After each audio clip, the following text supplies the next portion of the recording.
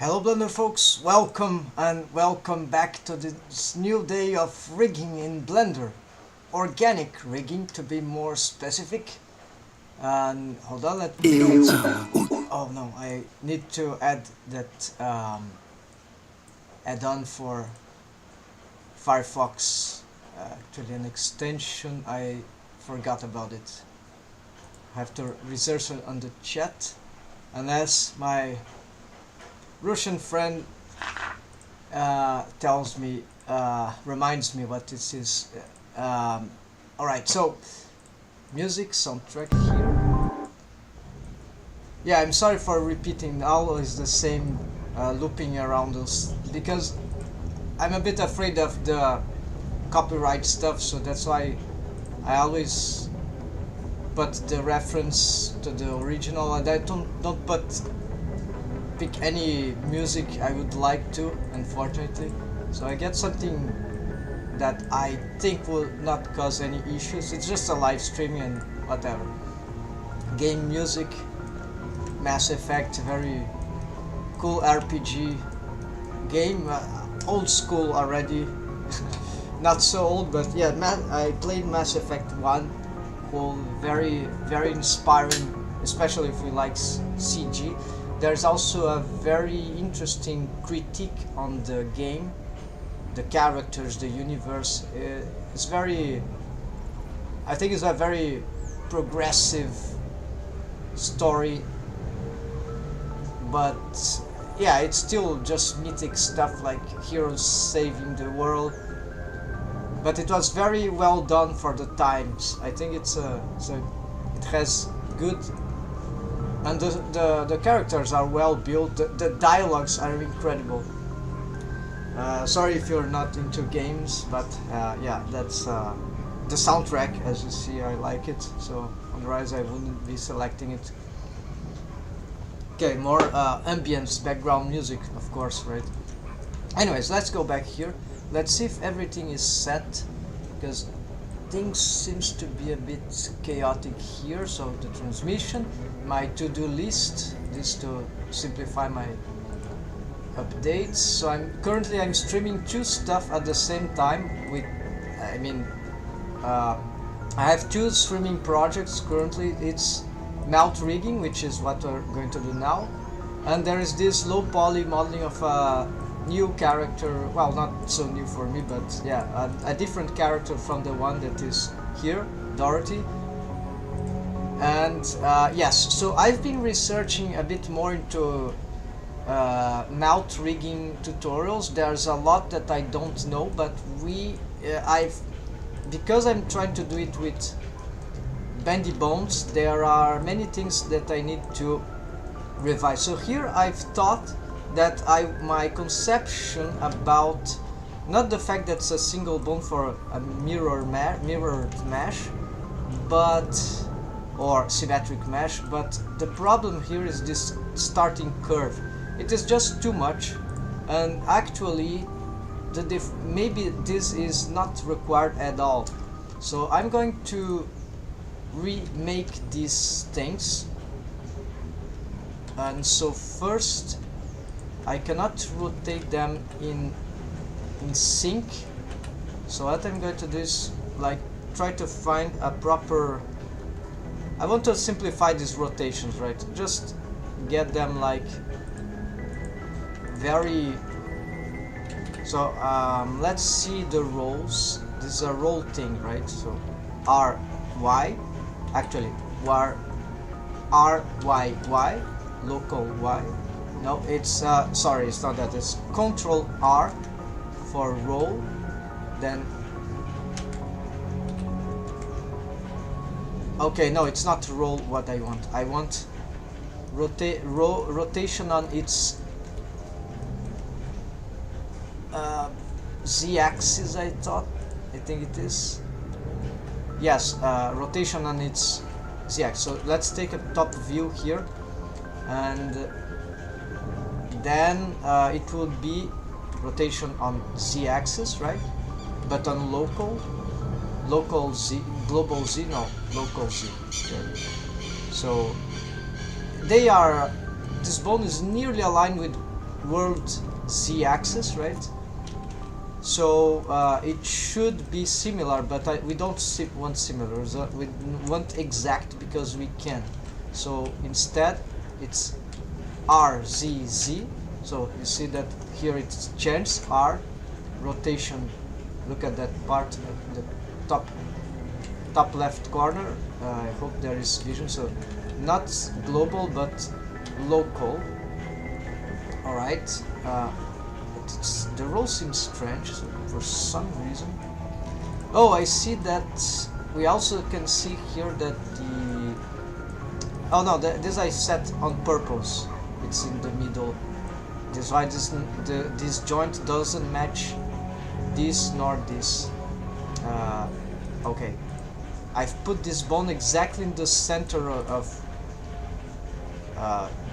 mass of this bone, so this was on purpose. So never mind those other joints, just it's rolling, not rolling, sorry, rotating along its z-axis, but it's bizarre, the roll, and it's global here, so don't understand. It should be, yeah, it's tilting in a strange way, and if I pick local, it's still, so this looks like a bug to me.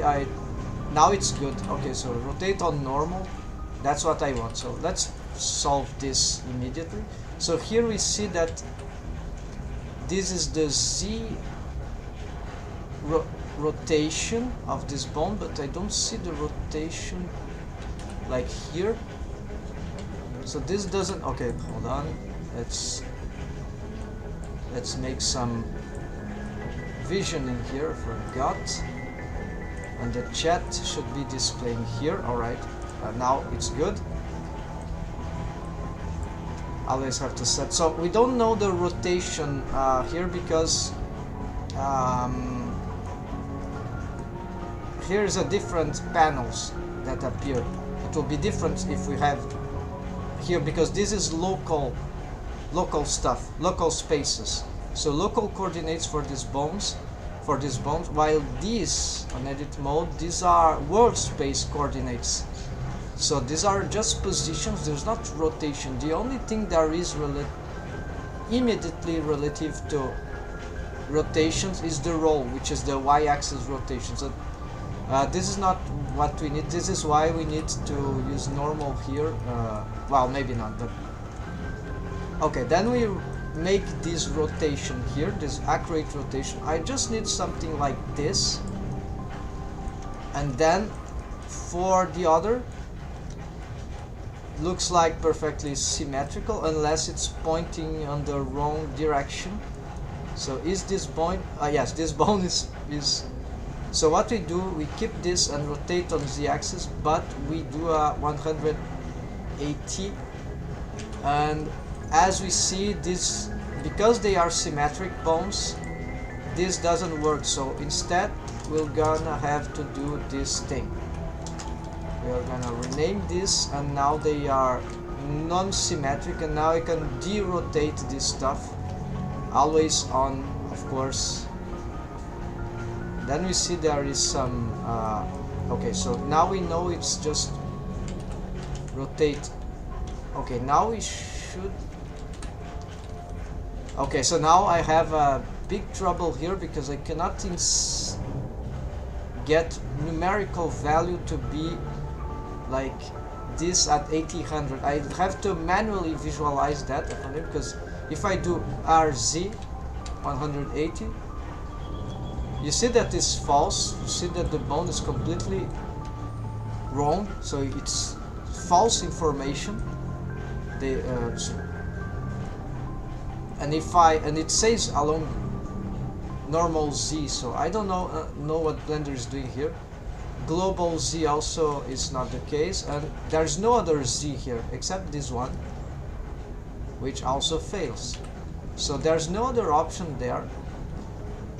Well, there is the Shift Z, locking normal Z, but then this is not the case. It will be lock other vertex, other axis. Shift, locking global Z, lock. Let's try lock normal X. no. Lock normal Y, nothing happens. Locking normal, let's say lock norm global, no, still not. So we will do manually. So at least we can see the numbers there, the values. So it will be 180s. Okay, so that was a negative, and this would be a positive. I think at this point it don't really matter, it's edit mode. It's just, okay, so let's get here. Wait, I want exact thing.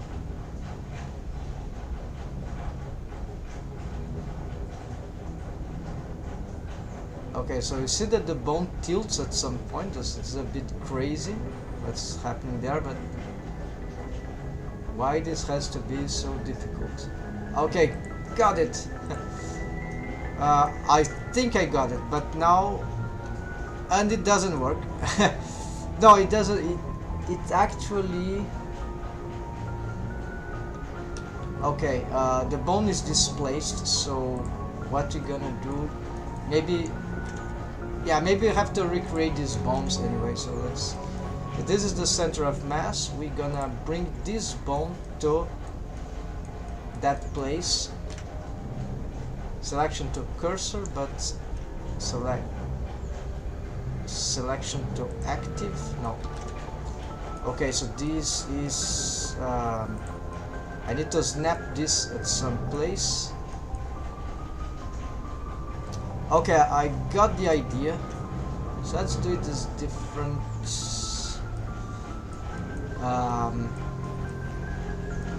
Okay, I want to simplify this thing. I'll delete this, and we have here the possibility to just align this bone right with world space. Let's pick this aligned here, and let's do this more in a more accurate way, right? So let's rotate it on.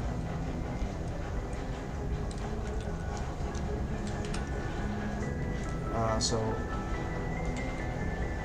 of course this is not the align I want. Let's try something else. I should have another bone for this somewhere. If I don't, then no problem. Let's just fix it real quick. No. Rotate X negative. No. Rotate X positive. Then align this to world positive Z axis, global positive Z axis. So this should be good. Let's align here. Let's start with just something like that, and from this we start to make whatever complexification that we want. So this bone maybe doesn't require to start anyhow that far away. We are going to, and if we have a roll, and it will be not a roll, a rotation like here, we can just give it a regular 30 degrees, right? But negative 30, and then we can just duplicate this. Actually, we will, to facilitate our work, if that helps, we do a left. This is just for symmetrization. Then we destroy the symmetrization, and there, this is 2. Okay, and now we can redo our things regarding the. Now let's start even more simple. I'm already overly complicated because I think I'm too good for this, and of course this is not the case. So let's not underestimate the work. So let's rotate here on like negative 90, so very straight, and then here we just go back on the symmetrization process. We symmetrize here. Now we destroyed the symmetrization. And now what I need to do is to, so what will be our strategy is the tail of this bone that matters, and the head of this bone that matters, or if we want another way to look at this, the head of the bendy bone, so this joint here, and the tail of the bendy bone, which is that joint there, the big ones. So this is what should be symmetrized, and for that needs to be the connection points, and currently it's not aligned because of course the bendy bone is still relying on these bones. So we're gonna make something like, first let's take this off just for a moment. Let's use this joint here, and let's use this joint here there. But okay, this seems to, visually speaking, it looks correct, but I'm not sure if that's the case. The symmetrization is on the head, and this bone, of course.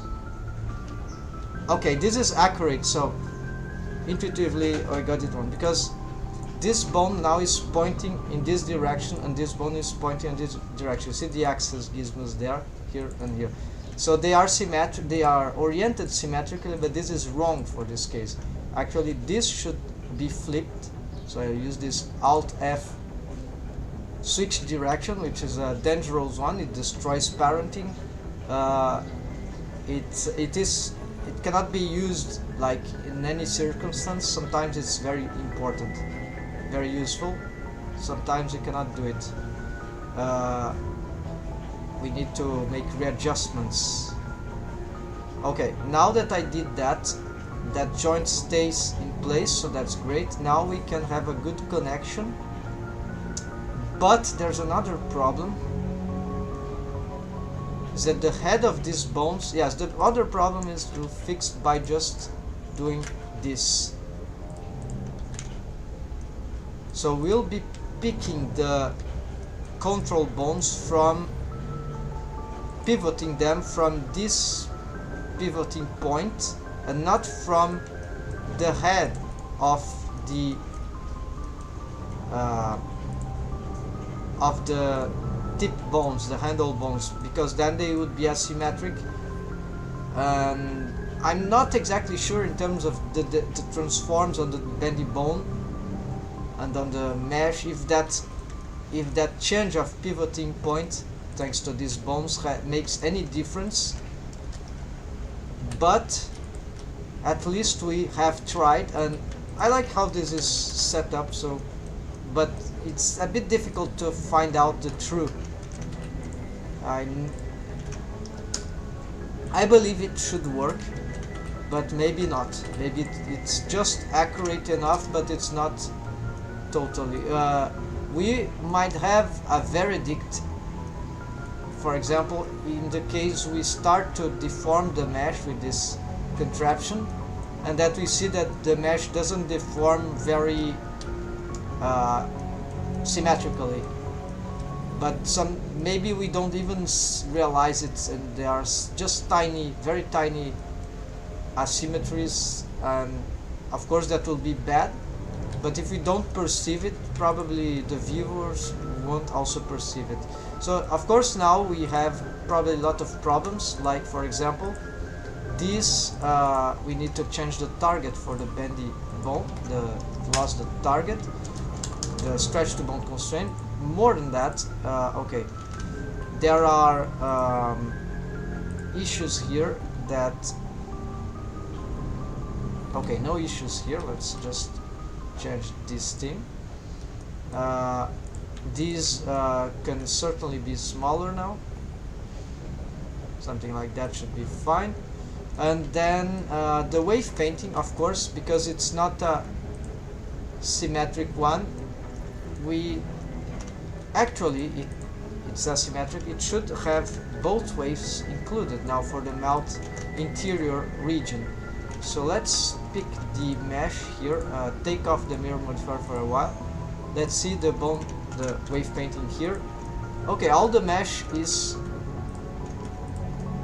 apparently correct. So let's change the bone groups of here. So usually bendy bones, okay, these are deformed bones, these are tip bones, tip, and these are control bones. And also this is very disorganized, so let's change the orders here.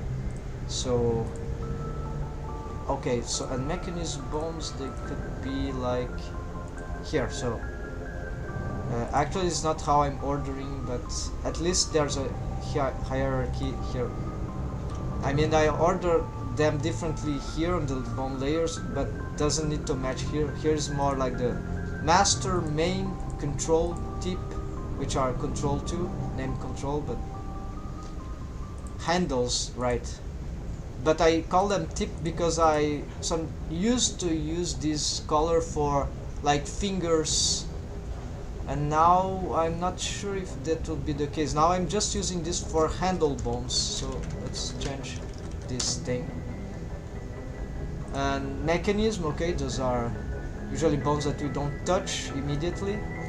So this would be a mechanism bone, but sometimes we would like to have them change. So you see, with this regular thing now, we have a much easier way of stretching this and scaling. Okay, the scaling doesn't work very well because the mesh is tilted. So maybe it would be the case for and I'm using also X mirror for posing, right?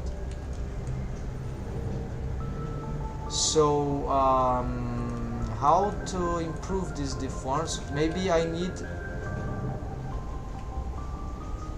Okay, this we see that it's working fine in the attempt of, like, you see if you have a stretch external, but the scaling is not good. I think the scaling, especially, well, scaling negatively should not be very important actually. The idea is be scaling on z-axis positively, so scaling up, and yeah, and then if I move it up, we got some different deforms there. So what I would like to have here, and yes, there's another thing that should be important, is that if we should be able to make up something like that, I guess. But since the mesh is mirrored, although this deformed bone is not mirrored, this is very bizarre. Would Blender become crazy? I wonder what Blender would do in this case. How Blender interprets this. I take this box selection. Okay, the mesh is mirrored, but the wave paint is not mirrored. So look how interesting this is. And then we can, of course, I'm just curious about something here. Okay, so we can, my idea is that perhaps this could be useful. Okay, that is bad, so this is actually pretty dangerous. We'd have to have something that hides the mesh there, or just reduce the waves on those parts so it doesn't deform that way. It's just the teeth, this area that. So let's see what we can get from this. Hold on, just testing these deforms. So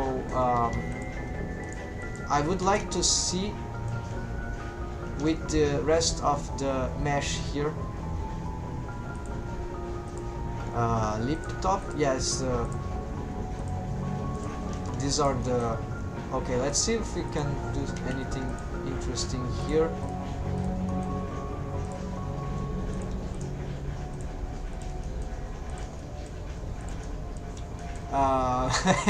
It's starting to get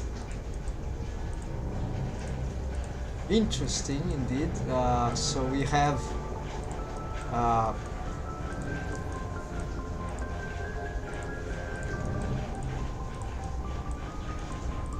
indeed the deforming of the teeth is really interesting, like, because in cartoon, how would I do this kind of expression that the teeth, they need to be stretchy. I still not satisfied how this stretch, but you see the wave painting that I've done there inside was very bad. It's just red everywhere. So, and maybe I could do something different for the top and the bottom teeth, because you see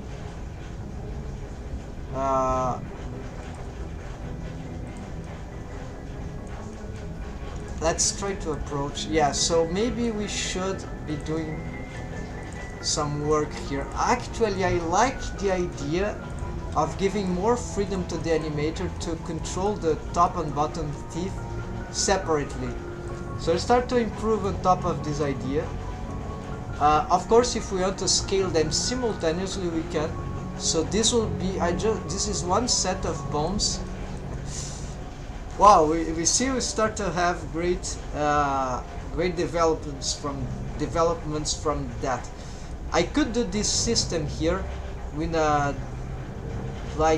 symmetric, in the sense that, and tilt them like that still, but then it will require more controllers, right? More bones. And I think this idea of having a bone in the center, I think I took it from some rigs I saw that use bendy bones for faces. I'm starting to think this is the best approach, folks. Like, it's simple, it's bizarre, because usually we expect symmetric bones. There is this little annoyance that we have to make a good system symmetry, manual symmetry for this setup. Once it's set up, it's good. So my plan here for the lips, even, because you remember the problems I was having also in the stretch and squash on this region, and also other things that two problems at least regarding the current lip system. So I intend to make something like that. We already tried that, but I've deleted. I think I don't have it anymore. Let's see the backups. No, the backups is a very old thing. So not very old thing, just something I did before. Let's see here. So this for the this starts to work, but we need to assess the wave painting of that, and we want to make one for the bottom area. So we gotta make two. There's also another concept that is the top and bottom jaw. I'm calling jaw. There's just a bottom jaw, but for this rig, what I mean is that I want a rotating mechanism for the bottom jaw and the top jaw, the top arcade and the bottom arcade. Yes, that will be a more adequate concept, right? So teeth, gums, arcade would be the sum of everything there, bony and flesh stuff. Then maybe scientifically inaccurate, but I think that's how I understand the stuff here. So currently we have a rig for the jaw, and so this is a mechanism bone. No, this is not a mechanism bone. This is actually a control bone. So let's make it larger. Here's a tip bone, so we don't touch this. It's locked actually. Yeah, no, it's not locked. It's just bone constraint. Okay, so there's copy location, right? Of course, to the tail of this bone. So, wait, what's jaw? Oh no, copy. This is not the. It's this copy location here. Tail of the jawbone. Here we go. So this does this with this bendy bone structure. We've made that now I'm thinking, can we make this also a system like that Doctor, help! What is this? Hello, Alotsky. How are you? Don't worry, just hemorrhoids. What part of the on the face? Where are you seeing hemorrhoids on the face? Hemorrhoids on the face. Oh my God, is this a face? Oh, I see. Okay, I see. A very how do you say in Portuguese? You have a term for that expression. What? How do you say? Humor, a type of humor. Scatological. Scatological. Does that exist in English? I don't know how in Russian. Is scatological. Okay, translate. Scatological. Yeah, it exists. Never use that in English, and so that kind of humor. Yeah. That's it. So I hope this character is not getting hemorrhoids. And actually, this is an alien character, an alien species that unexists with humans. So it's another universe. So there's no humans in the universe these characters exist. I think biologically speaking, anatomical, just a curiosity, these characters, they don't really have a common digestive or sexual organs, and even there's a respiratory system. Everything is different. It's like they don't necessarily need to eat. They don't have basically I'm not reproducing their anatomy internally, but this would be an interesting challenge. But yeah, this is fancy sci-fi stuff. So this character, she doesn't have they don't have sexual organs. They don't have even a digestive excretal system, like, at least not like humans do. So if you know what I mean, the joke, medical joke, applies, but technically doesn't if we were to consider their anatomy from start, from up to bottom. If you see what I mean. Anyway, so it's like a different re-engineering of the anatomy. So here the bottom jaw, yeah, but very interesting joke there. I wouldn't have thought of it. And this rest position for the mesh on the face is experimental. I'm not sure this is a good one actually. It's exaggerated on purpose, so that we can have already some very wide range of expressions already from that. But there is a disadvantage of doing this, I've just perceived, regarding the bendy bones, the splines that we are using. One of them is that I've showed it in the previous live of this model, that of this rigging, is that we cannot make this approach here, at least the way I was doing. If this bendy bone stretch like that, this will cause horrid artifacts on the mesh. It's too much squashing, and this means one thing interesting. If the bendy bone spline, it starts, its rest position of the armature starts like this, now we have solved that problem. Because if the rest position of the bendy bone is this on edit mode, like it's already this position of the bones this relative, yes, this absolute position of the bones, one in relation to the other, is already so small that this, when I have to, how to explain, when I have to pose the bones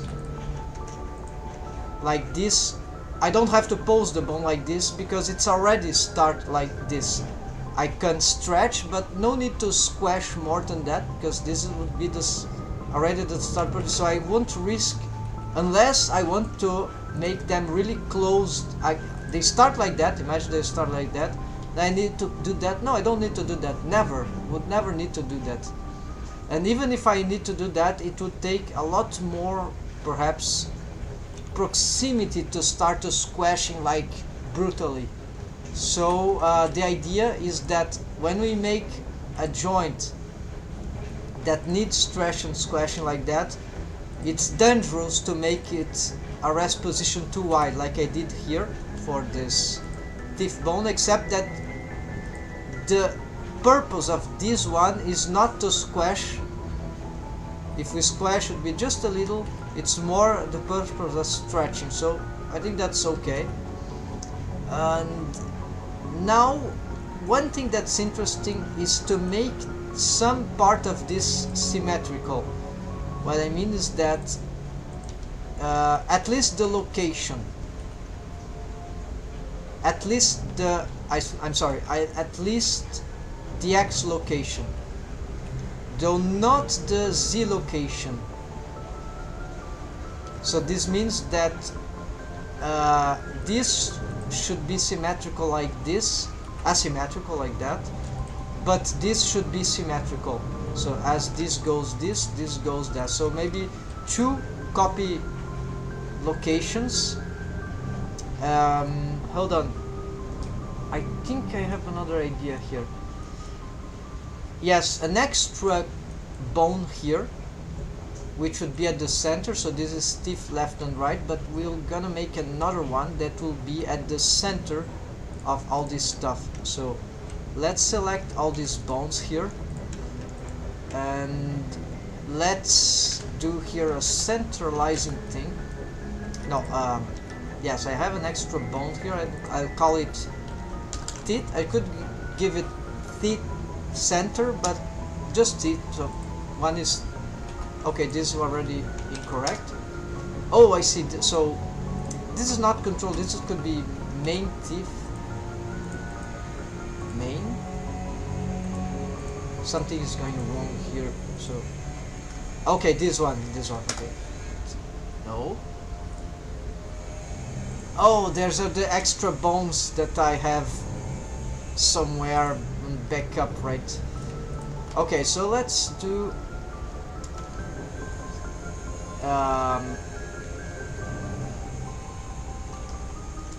something man man bone. This is okay, so let's just keep MN for now, for main, because there's already main somewhere else and I cannot find it. Just as this, there's some.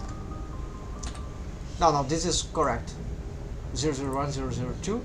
We don't want this to be left and right, otherwise they start to symmetrize from edit mode, and this would ruin our system totally, because it will already transform the root position of the bone. So we should never do this, otherwise you lose these settings. You have to redo from scratch, so sort of. However, this they can be. So actually Alt, hold on, let's, for the community here to be more didactical, let's use screencast add-on. It says it adds this stuff, right? So it's an add-on, it's free, just there we go. And there's cool stuff here. You can also edit. There's long time I don't touch that. So anyway, screencast add-on, very good add-on. And now let's see. Okay, so there's two bones here. There's an alt selection when bones are stacking. Wait, are there bones stacking here? Yes, there are extra bones stacking here. So let's delete this. Yes, it was symmetrized. As I duplicate, it created also as a symmetric thing. So if I duplicate this, there we go. That's what's I just want one. So thief left, thief right, thief center. Now I want these ones to be active selection. Actually, hold on. This and this, then cursor to selected 2, that goes to the middle. Let's give it here, and could be up, or could be exactly in this. Yes, maybe this is better. Okay, let's do this. Let's make this bone larger, at least twice larger. No, just like, okay, attention with this.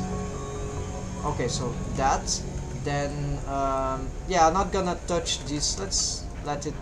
If I want to push it beyond, I just change its I create a custom shape for it. I'm still having fun at the medical joke before. My god, this is the face. Alright, here we got this thing. Okay, now we can start creating the mechanisms for the bond constraints for this control rig that I want for these very specific symmetric asymmetrical things. So it's a very special rig. This is no big deal, it's just that it requires a bit instruction in rigging in Blender or in CG to know that these things are possible.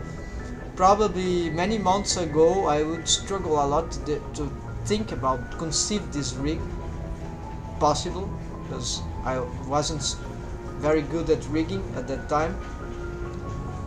1 year ago probably I would struggle, but this is actually relatively basic. This thing that I did here, it's a bit more complicated than what I want to do here. So just thinking, logical, just conventional school stuff learning, right? I think kids can rig. It's like very logical, very logical stuff. So interesting. I think rigging is actually a good stuff for kids to learn. Like it's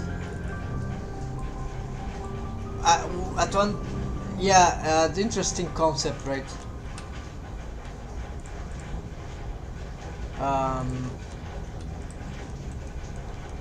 So here, let's see, at least bond constraints rig, right, or object constraints rig, at this kind of rig, I mean.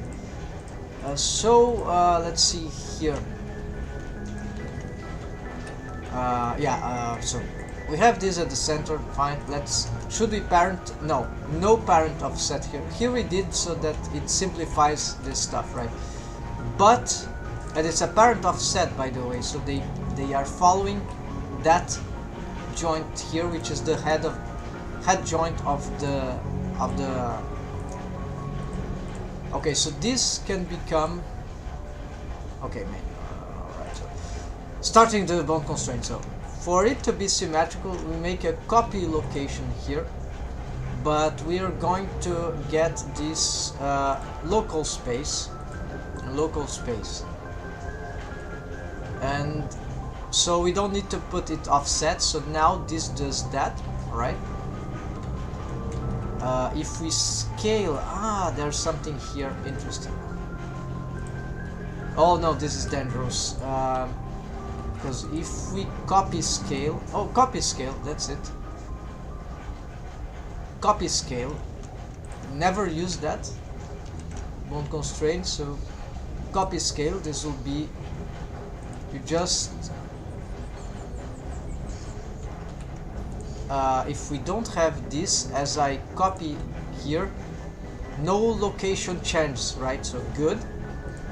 If I did off parenting, however, this will be immediately scaling, and it would I'll set the transforms relations linear, very. It's going to be a copy transforms to radical copy transforms to everything, but we want to make an analysis of this. So this is why we're doing with bound constraints instead.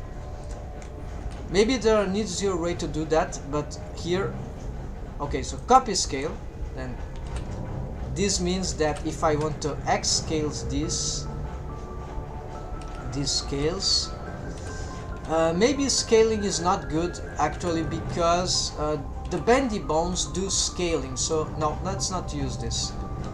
What I would like to do is just have more controllers here. So, okay, so copy rotation, I see that. Okay, first copy locations. Oh, I see what I wanted. Okay, let's do it differently. Not copy location here, because copy location imply we need to move this way. We don't need to move this bone. We don't need to move this bone. I think we just need to do something a bit more fancy. Copy transforms, actually the inverse. Select this first, shift select this one, copy transforms. Long time don't use this. I lied, not long time, just few weeks. Here, no, not copy transform. Sorry, it's transformation bond constraint. Yes, this one. So very complicated one, but in this case will be very straightforward. So what we want is local space stuff. Okay, so this a transformation of scale of this bone will affect another transform on this other bone. So it will be the scaling of this bone. So scaling local space from the target bone, which is this one, will affect. So scaling of this bone. What scaling of this bone? Well, let's say the X scaling. No, actually the X scaling of this bone. So it has some logic, right? Visual logic, geometrical logic, would push this bone to this direction, push this bone to that direction. So we'll make that for this transformation bone constraint on this bone. So this is the owner bone of the transformation bone constraint. It owns the transformation bone constraint. Well, perfectly logical. It is perfectly logical. No, Mr. Spock, this is not. You must learn some emotion, Mr. Spock. Mr. Spock, you need to learn some emotion. I start to hate your logical stuff. This is Dr. McCoy. I'm watching from Netflix the old series of Star Trek from the 70s, 80s, 70s. No, Mr. Spock. And there is Captain Kirk, and funny character relations there. Good characters for the time, right? Today they are really ridiculous characters, but they are historical, so they deserve their some attention.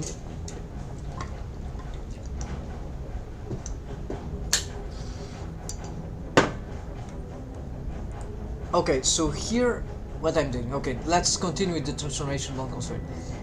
Here I'm not required to use this local space or orientation, because these bones are already aligned, right? So with world space and with themselves, so really no need to use anything like that. So just keep local space should be fine. So a scale on the x-axis, so scale up. Okay, let's give a scale because we don't intend to scale down too much, so let's keep at some. Okay, let's give it 0.5 and maximum. Let's start a symmetric thing, right? In at least in terms of absolute numbers, right? Maybe in terms of percentage, this is not symmetric, but in natural numbers, this is not even natural number. In terms of real numbers, this is a symmetric development, right? So I think this will work. We don't need to be symmetrical, but this would change certain regularities in the transforms. But let's start with this because I believe this needs to scale more as we move. We will be able to change here and this as we go. So this can be quite arbitrary. It's not a big deal.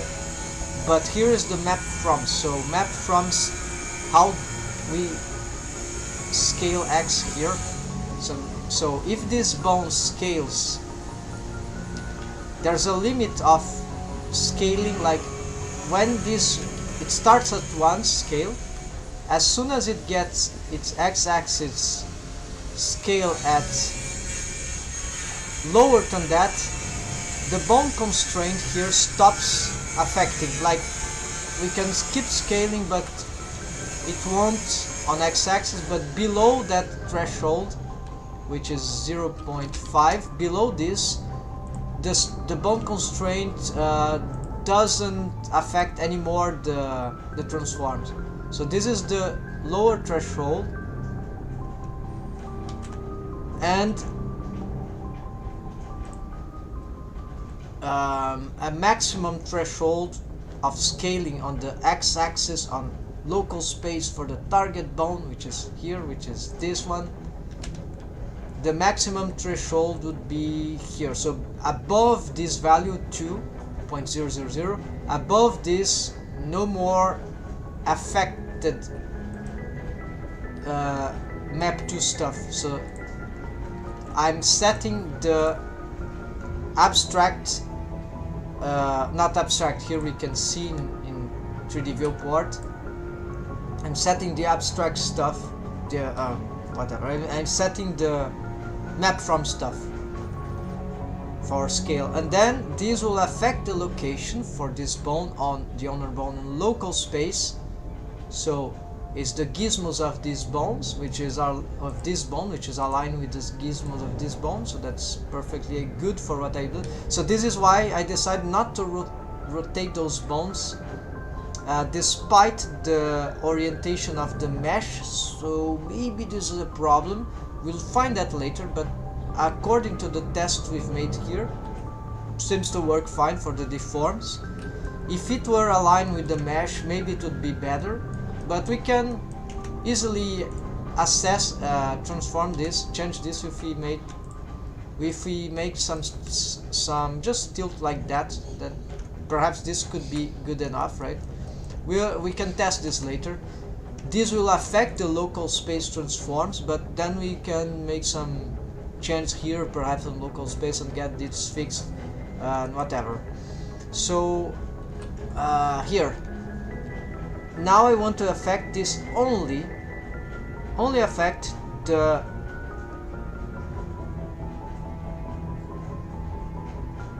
so this regular min and max. So here there will be no effect at all. The other y scaling and z scaling won't have anything to do with, even though this is 1, this is the default value, but they are equal. So min and max equal means that 0 transforms. This does nothing, although it's still there. But here we can also map this in like if I put everything, this is this will be the source. So this is the x location of the owner bone, which is local space. So this is about this bone, the owner bone of the bone transformation bone constraint, and this x here,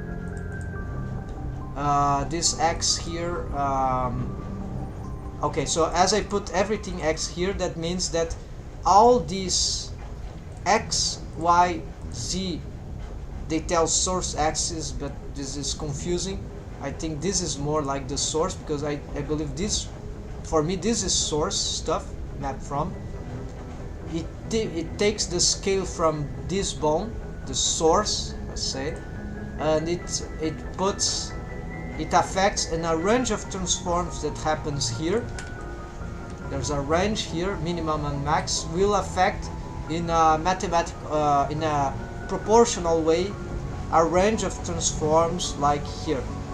So now if I put x here, everything, the location, the x location of this bone, which is this, the y location of this bone here, and the z location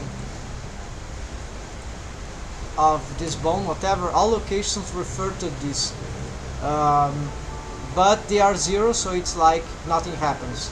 Add, in this case, let's put replace. No, let's put add. It's like we want for testing some freedom. If we put replace, we cannot move the bone anymore, this one.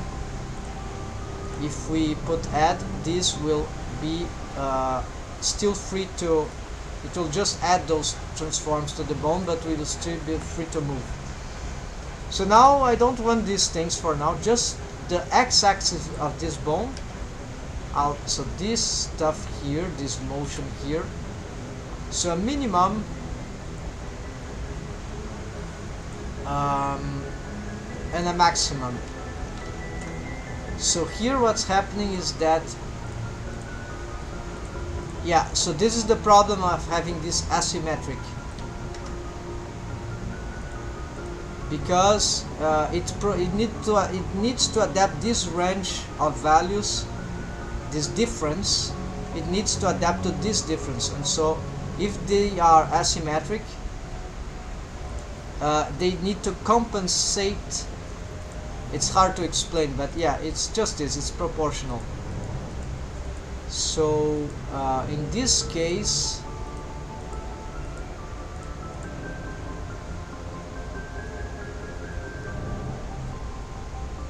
okay, so here this is symmetric, so it starts normal, and we see that we have already, only for this bone, of course, the other is moving wrongly. This is already scaling the bendy bone somehow, so this is what I wanted. Let's see the threshold. I want this bone to go that far, I don't know, maybe up to here. What kind of scaling this is? Oh yeah, so 1. Okay, you see, as this reach the 1.5, this is the threshold, so it stops moving, because this is the map from thing. So this is it. So this is very good. I think this is more or less well, actually not. What is happening here is this value here. So I was accurate on this value of location. I just put it randomly, I didn't know. So what about 1? 1 is too much. I think 0.9, because no, 0.8. Let's keep at this, and let's keep it symmetric. And so this is symmetric, it's mirrored, right? Like, and this is mirrored, so they don't match, but the proportionality, because it's absolute, it's real numbers, they are mirroring. So, well, this is not mirroring, but in absolute, this is plus 0.5 and this is negative 0.5, right? And so this is very, very regular, and that's great. That's it. With the change of wave painting that we'll be making for the arcade, the top, well, the arcades in general, we'll probably have to readapt at least those ones. But I like how this works. Actually, let's now we see that the scaling. Aha. Okay, so we want a limit scale for this thing, because all right, because it's a bendy bone, strangely Okay, let's keep it at 1. Let's see what happens. Okay, no, let's not do that.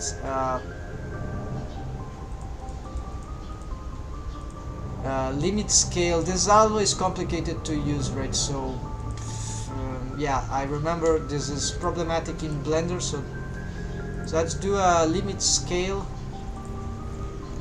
to, actually not this one, this is limit scale for direct manipulations, by the way. So posing, not indirect. So if I put limit scale, this won't do nothing. It would be limit scale for this one. So limit scale x minimum 0.5 and maximum x of 1.5. So just at the map from, right? So if this accurate, okay, it's not respecting, oh, it's local space. I think now it should work. No? Okay, the maximum at least it, and also let's affect transform, so I can't go beyond, I guess. Yes, you see it keeps growing, but we don't want that, so let's affect transforms. Now it doesn't grow anymore. It's, even though I push this up, doesn't. However, the minimum is not working, right? Oh, it, yeah, it's no, I see, it is working actually, or not. The mesh crosses. Alright. So let's do it differently. The mesh crosses before it reaches. You see at the top left, at the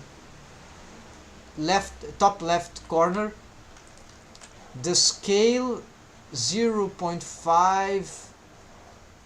When the when the bones have crossed the middle, it's still 0. Yeah, it's still, the scale is still hasn't reached the. Oh, good morning, Danyon. Welcome back. So we are making good progress here in this rig. Welcome back, and we are assessing. We are making some symmetrical, asymmetrical adjustments to this rig. Let's simplify the vision here. And the jaw, yes, no need that. And let's also take off the armor, no, not the armature, the mirror. Okay. I can mask the body here, so this, no, certainly we don't want to mask that. Alright. Then, oh, I've hidden the wrong jaw. Okay, it's all in the same. Oh, I see, it's all in the same. No, teeth. Okay, here. What is this bone though? Control teeth. I think I'm not using this anymore. This probably is old. Let's delete this. And we're, yeah, I shouldn't have deleted it, but this system seems to be working much better. So what I do with the transform is that this bone will, with the transformation bone constraint, just contextualizing, right? This makes that the scaling, the X scaling of this bone affects the, so scale on local space for the, okay, scale of this bone affects the location of this bone, which holds the transformation bone constraint. So this is the owner bone, and this is the target bone for the transformation bone constraint, and all in local space they are aligned. This and this are aligned. So this is the most important bone at the center, and this I'll do the same for the other side on a mirrored version, right? Some things here we want to be asymmetric transforms. So for example, this I want, as I would do as a box selection, right? This rotation I want to be asymmetric so that the arcade will be able to do this and this. I've checked before, minutes before, that this is good for the cartoon expressions, although it's likely impossible in real life. So this will want to be asymmetric, so we need to set up this differently. However, this we want to be symmetrical, so this is why I'm using for these bones in relation to this master. It will be more a master bone of the teeth. This is like how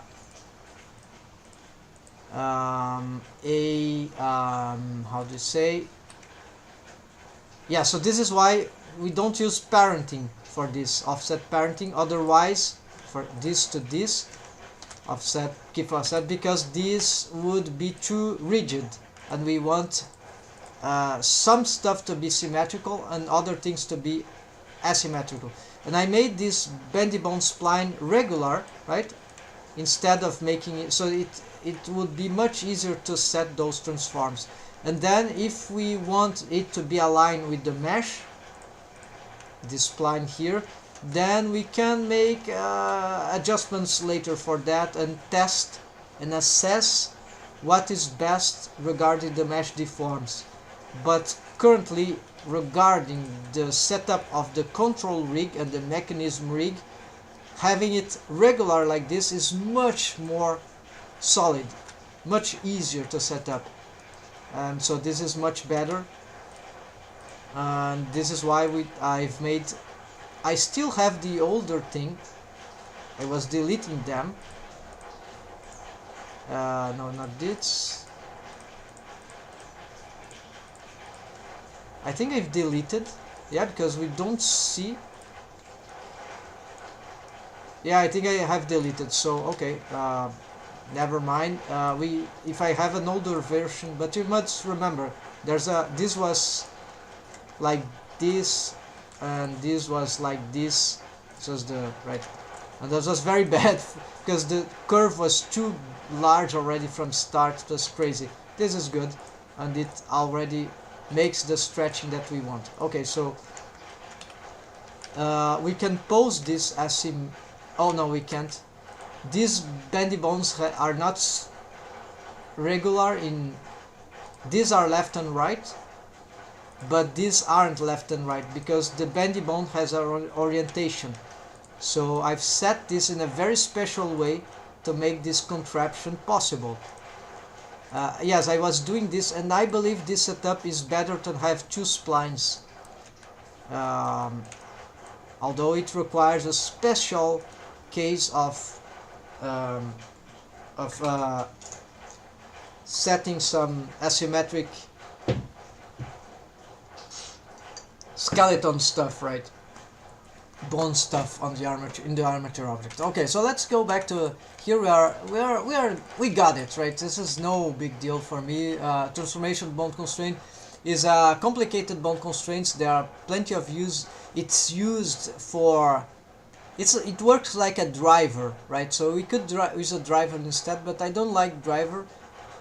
Apparently drivers are big heavy to be calculated, while bone constraints in blenders currently at least seems to be lightweight stuff, and I prefer whatever I can do with drivers I do. If there's something without drivers, if there are stuff that require drivers, then okay, where drivers are the only way, then I would, this is the logic, yes, how I like to rig.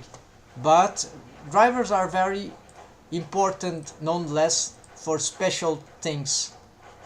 We can drive a lot of things here. Even this, yeah, we can change this in a driver. If I add driver, can swap this with the driver.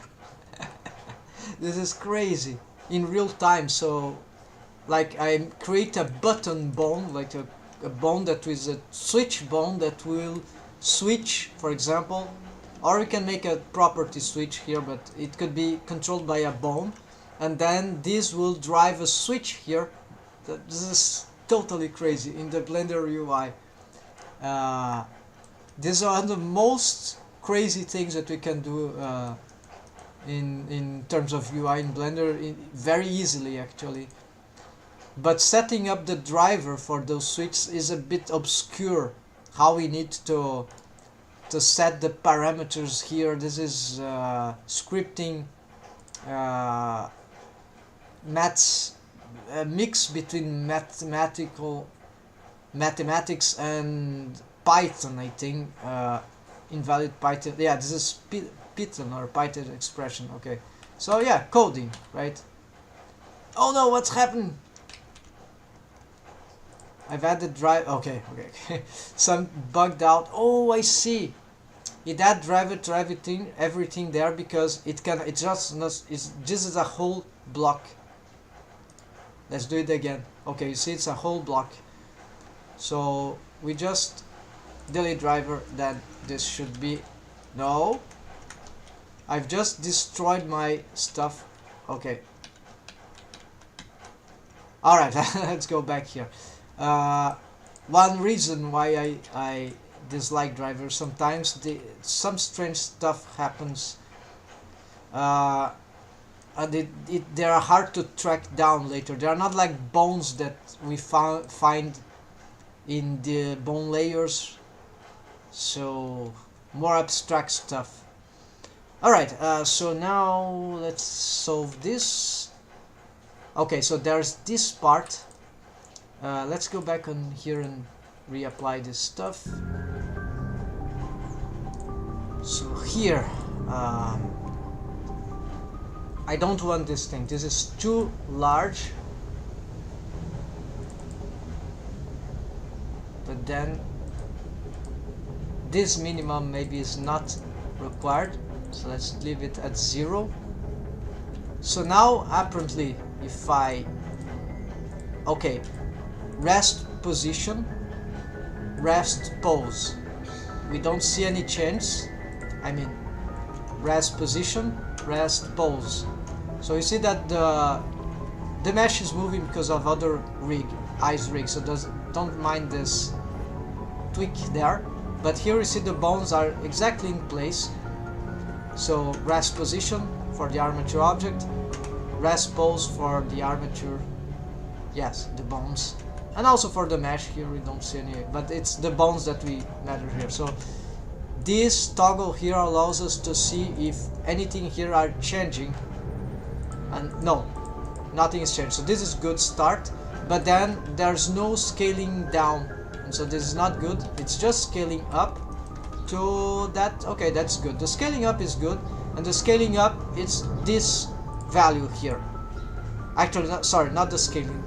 This is the basic thing that I want. Whatever scaling I get here, maximum will lead to this location of this bone. That is 0 on pose mode. It will be a oh, okay. It's local coordinates we don't see here because we didn't pose it manually. But if we were to reset here and I pose this bone manually, like location 0.8, there it is. So this is yes, and the mesh is here. So this is exactly that in terms of abstract local space, right? So this is what I want. So this is perfect. We don't touch this. This is not good, so we need to be a negative, like, no, sorry, not negative. This, oh no, this is location, this is right. Oh, I see, I was putting a negative value. This is wrong. Instead, so let's give it 0.5, 0.5. Okay, so this was the mistake. So if I... Okay, I need to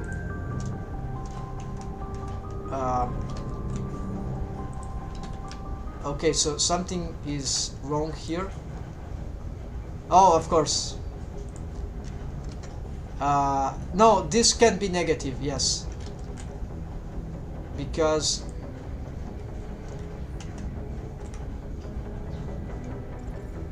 Alright, this can be negative, but it can't be symmetrical, because this is local stuff, right? It's really the grid here, like, but local space for this bone. So this means that I must know what is the value for this bone around here. Of course not in here, but in here. The problem is that, yeah, let's take this off, then I can see the local space. So I want this to, yeah, so maybe something like, let's see, because, yeah, I don't see, I need to test this with both bones moving, but this will be a -1, negative 0.1. So this is what we want here. So this must be arbitrary according to the mesh deforms that we want, to the, yeah, -1, negative 0.1. So this affects the x. The other than match 0, 0. We are not working with them yet. If we want, perhaps we need to create another transformational constraint. So now this is an asymmetric value in relation of this. So what about? So here is a difference, is a value of 0.9 unities, right? From -1 to this is, it's 0.9 unities. So let's try to put this here. So this will be 1 unity, this will be 0.9 unities, right? So this plus 0.9 would, what have I done? 0 plus 0.9 would, yes, wait, something went wrong. Okay, this is correct. So we leave that. Let's see if this creates the, no, this already starts to change, so it doesn't help, but at least, okay, we have the controllers, because this bone, although it is still scaling, we cannot lock it. It starts to go negative scaling. You see the negative scaling. So this is Blender problem, not my problem, provided I don't, yeah, but it doesn't affect the, okay, so this is working.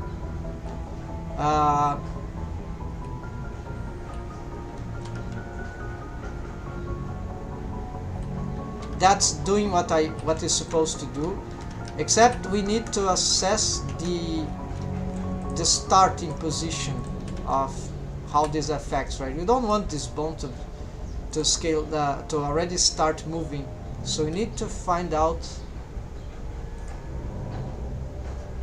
how to, yeah, this will be complicated, maybe, or maybe not, maybe I'm just, it doesn't need to match perfectly, but are we going to match here?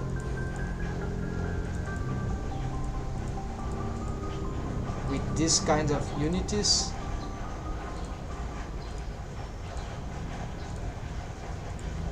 Okay, this is a perfect match, so I don't understand why this, if you guys understand this, tell me please, but this is a change in unities for location of 9 unities, right? 0.9, right? So why here I need to add like the exact amount of unities here to reach this matching? Blender is telling that this difference is equivalent to this distance in terms of proportionality. Okay, this should be a multiple, right? So 0.8, let's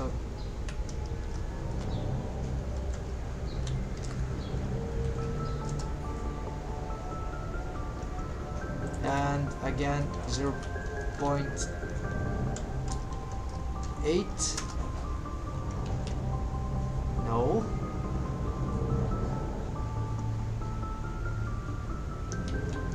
Okay. Of course, multiple of 8 would be 24, right? So this is slightly above 24. Oh, the unit is 9, of course.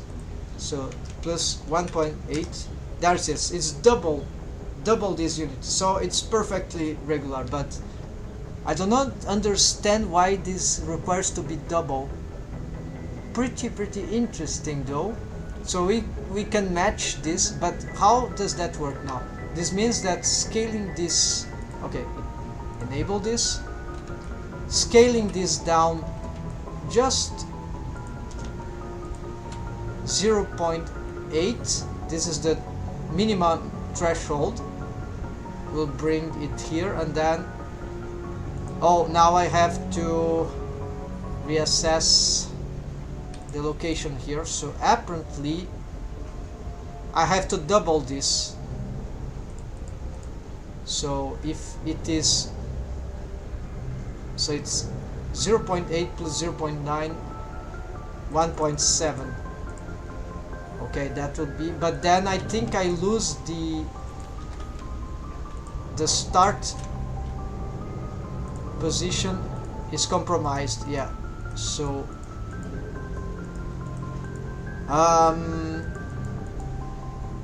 yeah, maybe I can tweak here. So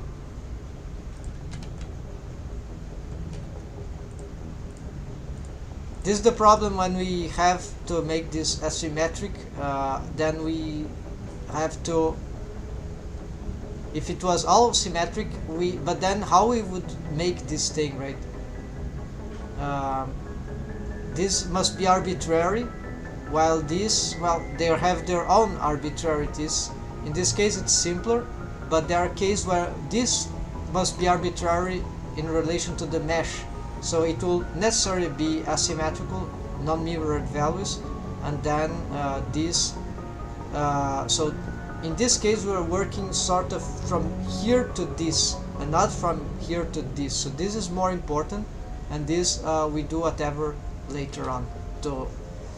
So it doesn't need to match perfectly, because if the transformations on rest pose is just slight, it's okay, right? We still can control here. So the problem is whatever thing I do here will affect this already.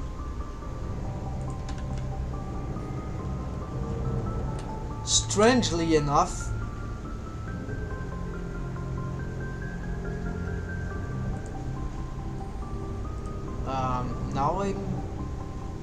now my mind is bugged, because this value was supposed to be local space. Yeah, now I don't understand anything else. But nonetheless we'll solve this thing, because I thought the absolute value of 0.9 there was the correct for this.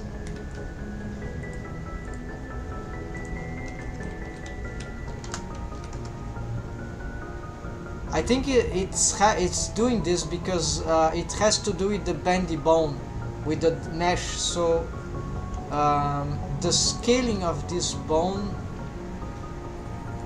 doesn't scale the mesh, but indirectly it's something about the, yeah, it makes no sense to me. Anyways, we will try to, okay, the rest position here slightly more, so let's try to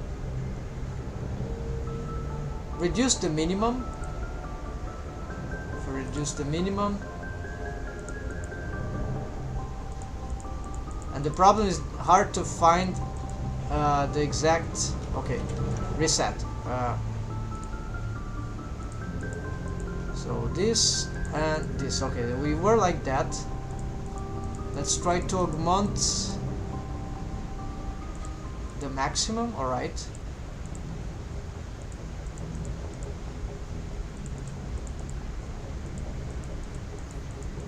Okay, eventually what we'll do is that as we scale up, we it doesn't go any more further, and so then we have to change there, then we have, so it's an infinite loop stuff, right?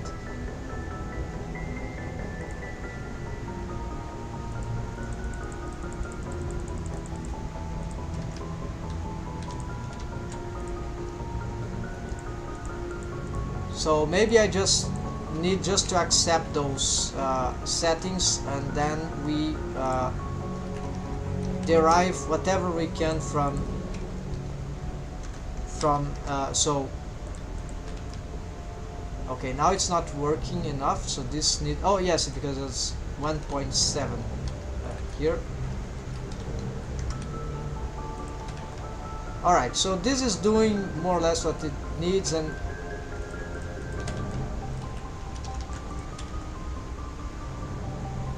the beginning starts a bit with a bit of squash stretch, which can be fixed perhaps if we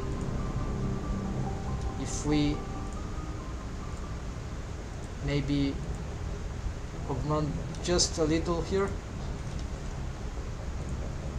Okay, 0.9.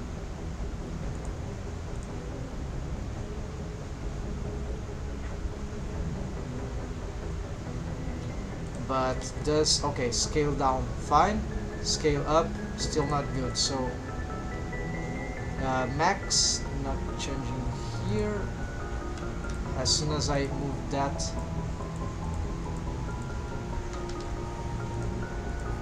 oh, looks like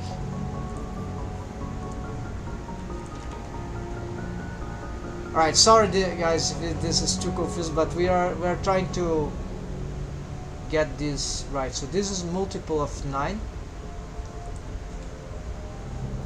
Now we just want to push that bone further, so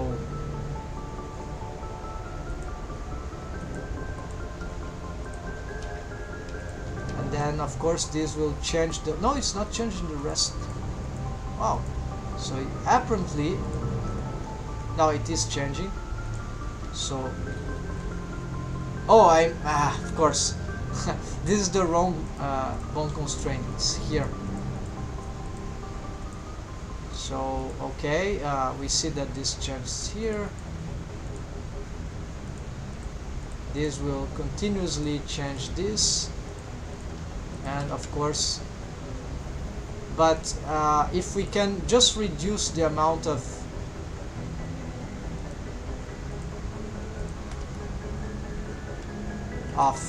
warping, again this is the wrong one, this should be fine.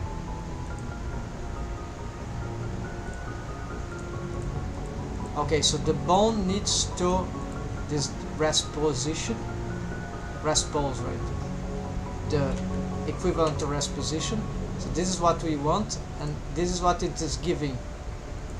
So let's, okay, keep reducing this.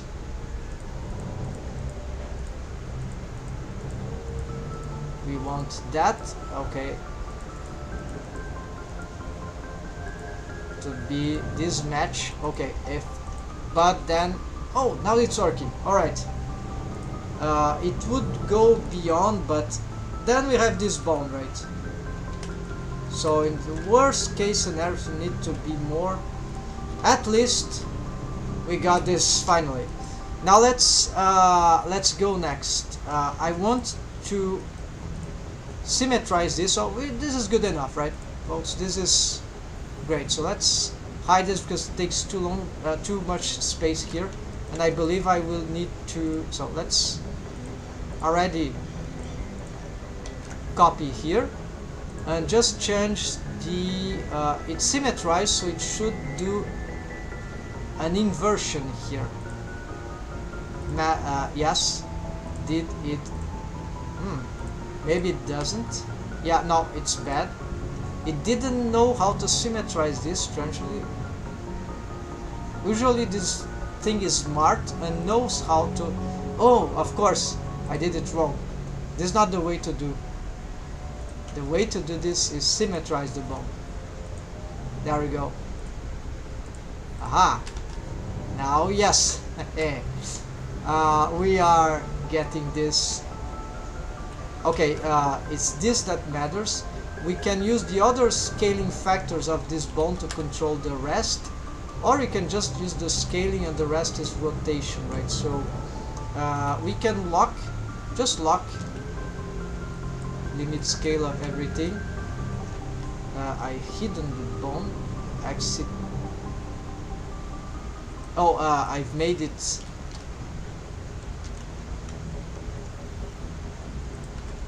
Okay, so now it just scales on the X, right? So this makes that I don't need to lock this. It's harder to check those values, those settings here than the bone constraints. So okay, this is nice, but we don't like the scaling of the other axis. So just the X-axis. Actually, yeah, didn't make any difference. It's still okay. See, when we scale negatively, it does that. This isn't locked by this nor by that. So, actually, if we lock this, we destroy the possibility to, and it still goes crazy. So you see, there's the incoherence in Blender. They couldn't solve that. Hope they fix this one day. Alright, so now we have this for this bone. So just be careful not to scale down this too much. This is how we... An unfortunate thing about the scaling transform in Blender. This is why it's better that the minimum scale is not too much. Otherwise, it's easier to do that inversion. Not inversion, this opposition of the scale. You see, the numbers turn negative in the scale. It flips all over the place. So now, and this flips the mesh too, if this was a deformed bone. So this is crazy. Happens with the hand a lot if we use some features here. Alright, so scaling can be problematic. Now, and these bones are free to move. Now we want the rotation. I cannot use the same because then I'll have to change. It's a radio button, one at a time. So I cannot reuse this for rotation. For location, do we need...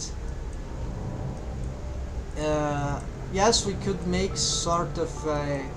I don't think this is necessary, but yes, we could use a copy location, except not for the X-axis, and of course on local space and also head, yes, and then this goes before, and okay, this scale is still working. And if we okay, we can move it up and down. Maybe this, of course, let's also do the same here. So copy location, take off X, local space, cut it before. Alright, so this is what I wanted, and the deforms are, this should be useful, folks. Should this move in the X-axis though? I don't know. Doesn't make difference currently because, yeah. So let's lock limit location. Although we can use this motion for something. Aha. Yeah, we could use this motion for something. Like rotation. No, let's set rotation, but I don't know. So let's limit location, local space, at least the X one, right? Okay, so now it just moves up and down. Fine. this is of course not, oh, it moves, okay, this is good. And then for the rotations, right, this will be, we could even make this as a jaw thing, right? So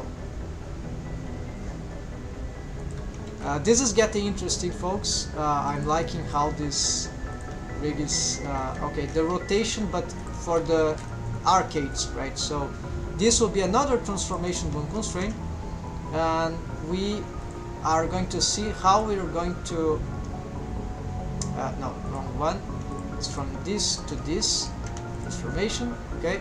So first local space, local, actually we can duplicate this one, so it's, so this will be transformation scale X, and this will be transformation rotation, I don't know what, X, rotation X probably, I assume, hold on, we don't need that, this is much simpler, we oh no, this is the rotation of this kind, right? Alright, so copy rotation, what rotate, which rotation? Well, this I want to develop only the, okay, not this, it's Z, Y, it's Y, it's a tilt in the whole system, but without transformation of, I see, this tilting will not be possible, I see.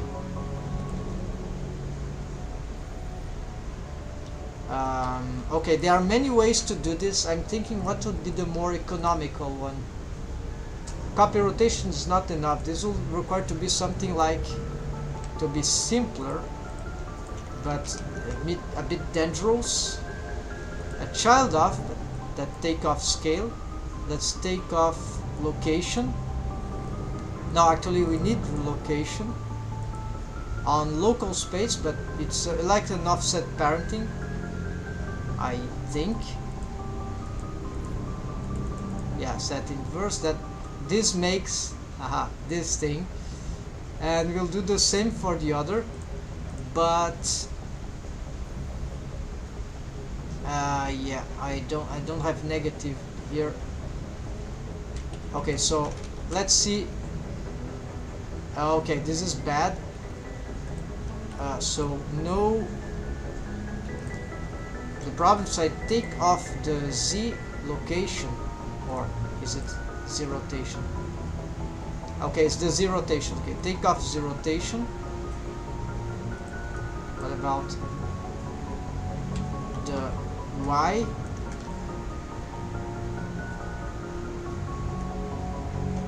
Okay, this sounds good. No, but then this is a problem. Of course, we need to check for the others. So I'm not sure here what if this will be accurate, but at least for scaling, that's fine, right? Apparently, if it's just this that I need. Let's check. Let's see if this will work. Then copy child off. All right. Except that here, let's take off scale and take off. Alright, so this is what I want. Let's see if this helps. Okay, up and down. We see the bone starts to get displaced. Now this is normal. This is just visual. It cannot move sideways, so that's fine.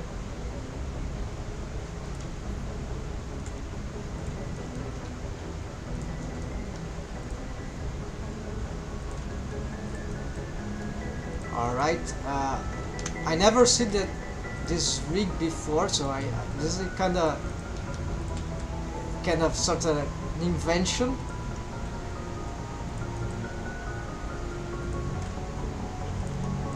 that will be a, if this works well, we see it has potential, right? It will be very it will be great for a tutorial, right, folks? Yeah, I totally make a tutorial of that, but we are still on an analytic experience where we are analyzing the quality, the limitations, whatever. So it's a very, very slow process, but who makes analysis in real time, rigging in Blender analysis and creative process, stream that? Yeah, some people do, but probably not a lot regarding other streamings possibilities, right? Okay, so I'm gonna duplicate this for the bottom. This will be cool, but let's try to finish it. I think I got what I want. It's difficult for me right now to know exactly if I got everything that I wanted, but yes, I think this is enough, folks. That's for this top part. To be fair, this is working very, very well. Copy location. Is that even required? What is that? I don't remember what is this.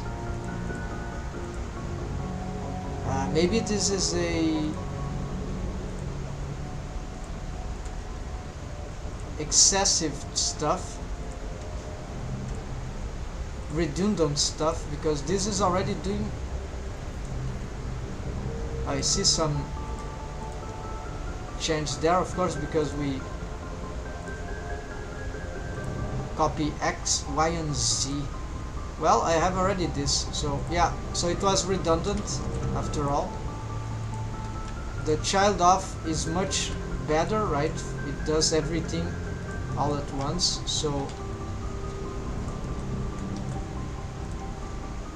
let's rotate here, rotate here, rotate Z-axis, don't do nothing, so it's just the Y-axis, this tilting. So 3 rotations, wow. And then scaling up and scaling down on X-axis.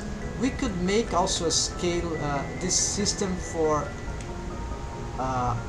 moving those bones like forward. Yes, this is something that we could create, but this won't be the same. Yes, I think I can use the same. So let's first delete this and delete this. Let's put the child of before. I think the child of is more apparent, higher in the hierarchy, for me at least, the logic I'm working here. And then I think we can reuse the transformation bone constraint, because it's the same factors. It's like mapped from scale of this bone, and it is mapped to location of this bone. So it's like we can change this to, for example, the scale on the Z-axis of this bone, right? So let's take this as let's do the same thing for now. So like, oh, these values are old. So I was losing something here, folks. That's 0.9. And yeah, so maybe, I don't know. Yeah, so here, this is the whole thing. So it was not perfect. It's not. I wasn't assessing everything. So unfortunately we have to. Okay, but actually, oh, this is actually good, because this means that I can tell how much scale I want at the maximum. So let's say like this. Alright, this is actually a beneficial thing. Let's see. 1.6, right? So could give a maximum 1.6, and for the minimum, let's say it was here right before. If I okay, it stops there, so that is regular. It's okay. This no doesn't make change, so here that's it. And so now, even though that can expand, would expand more than that, because I limited scale on this, it stops exactly where I want, even if this extrapolates or whatever it is. So, alright, so an accident that actually was beneficial. A good way to simplify this thing, that we don't have to care much about all that if we just have a, but it means another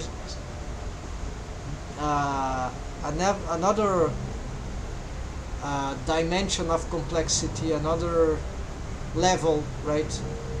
Because we need another bone constraint and adjust another set of settings to annoy us, but it is powerful, so it kind of limits what we want. So now let's go back. Let's try to do the same here. So I want the, okay, I was here. So the Y scale, maybe we can, yeah, maybe we want some, let's start with something like that, and maximum 1.5. So let's start with something symmetrical for the Y scale of, actually no Y scale, Z scale. So okay, copy first, then okay, so the Z scale of this scale Z is not working. Scale X, scale Z, scale Y, scale Y. So now when I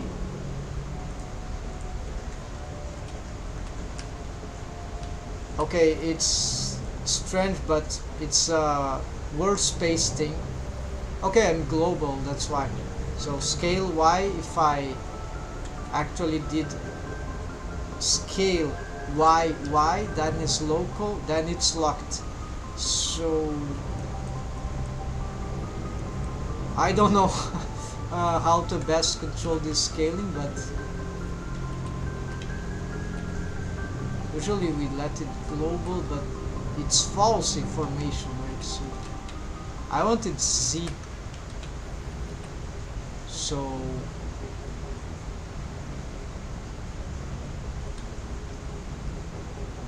Z local. Yeah, I don't know why the Z global is locked like that. Makes no sense to me.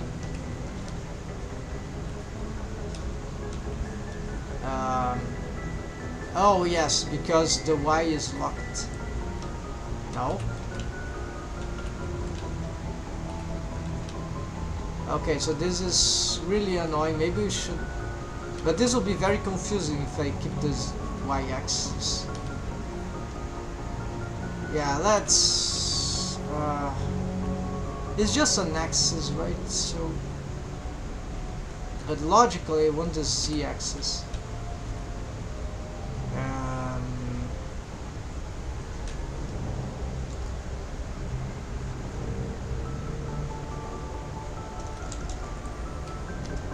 Let's leave at 1 even though effect transforms maybe.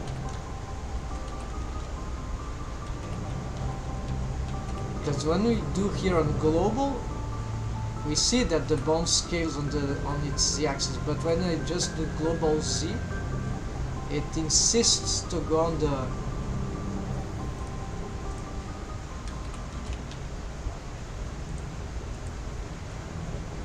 this looks like a bug.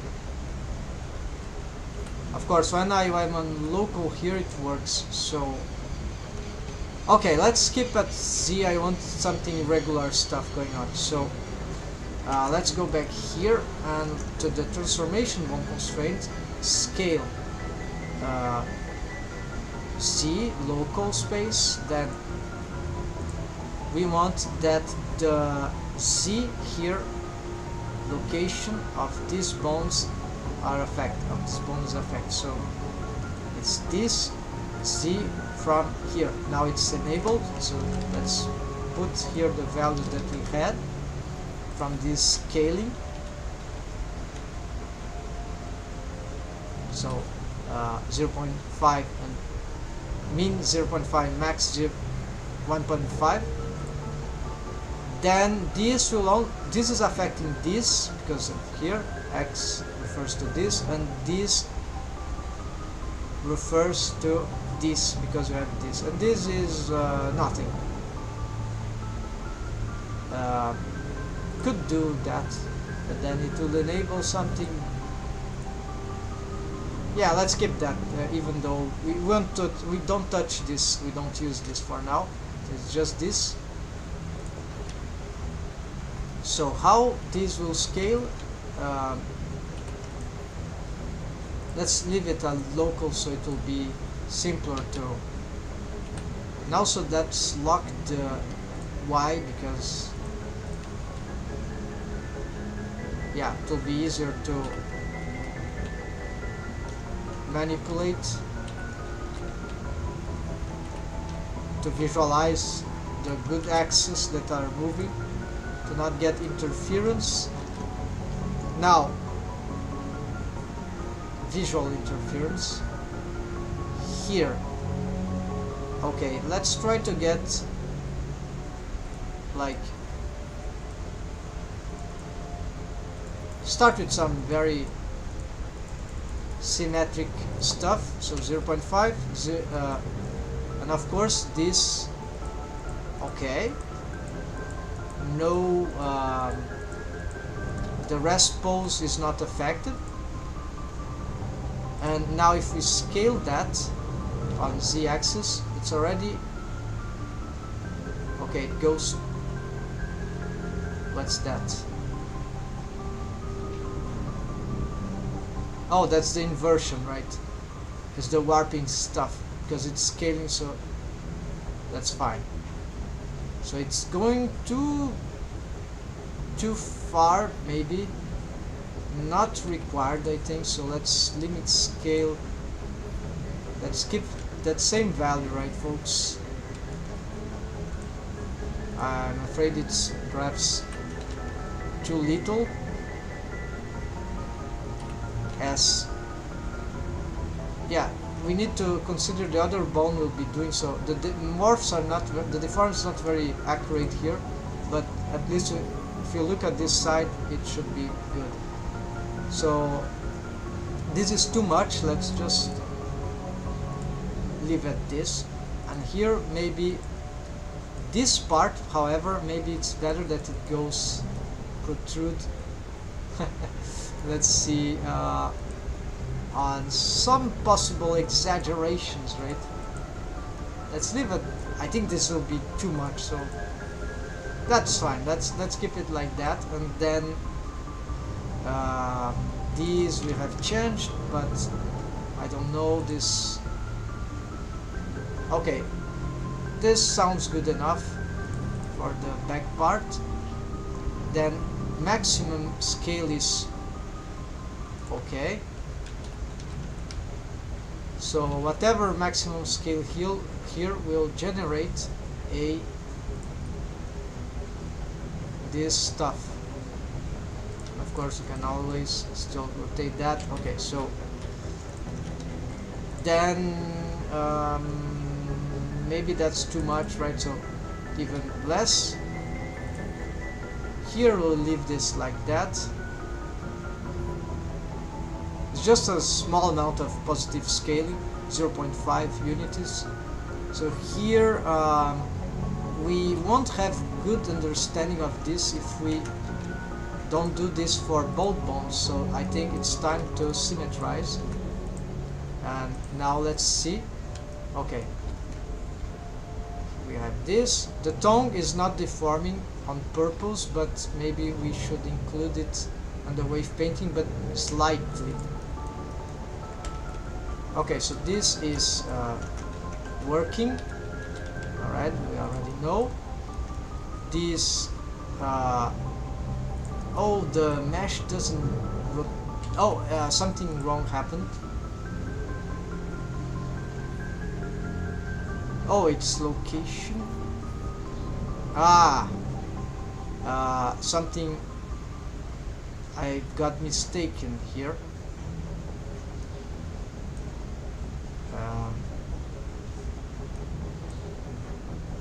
Something got wrong. Hold on. This is working. This is working. This stopped working for some reason.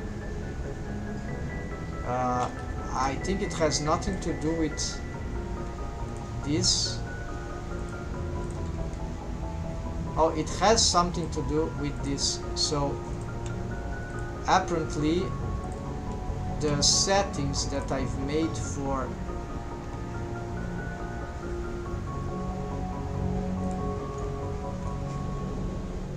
okay, how do I take this off? Just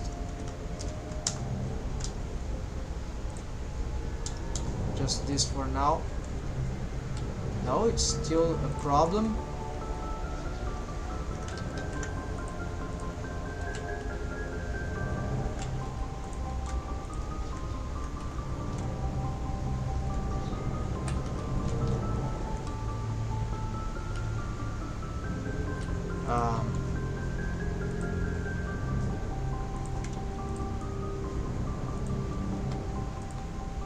Yeah, so why is this happening?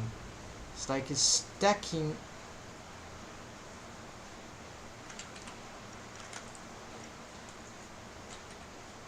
As soon as I get them like that, they stop being regular. Oh, I see, they expand. They're not okay, so this thing, would that be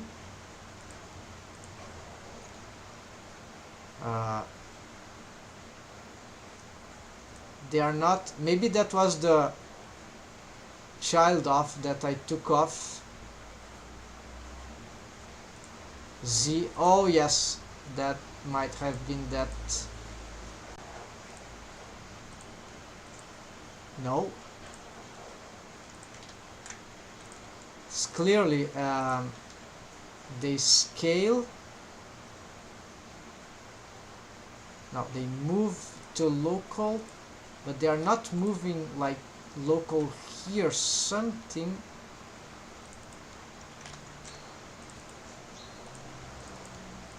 something broke here, or it was always broken, I didn't realize. So this is not moving in local space for some reason. Now this location here. Oh, I see. It's sort of moving on this local, but not. It's using this. I see. So maybe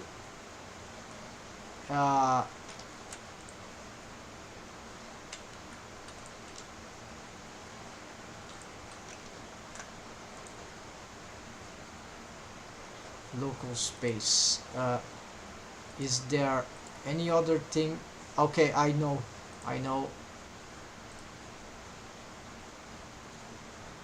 I don't think this will make interference. I would need dynamic space. There's no such thing. Let's try. I don't think this will work.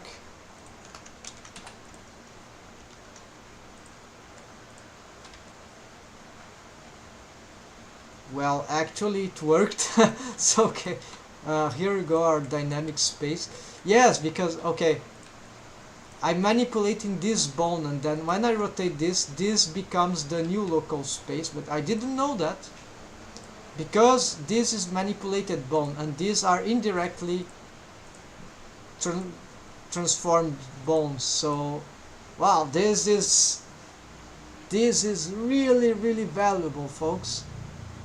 No, very few people would know that. So let's. Unfortunately, I destroyed a bit of my work there, but let's just rebuild it. So it was 0. So it was nothing to do with that. So let's do here and 1.5. Then z here I was attempting, I think, negative 0.2 and 0.6, right? Then we can already symmetrize that. Now if I rotate and I scale, the scaling is correct on all situations. Alright, and good. So now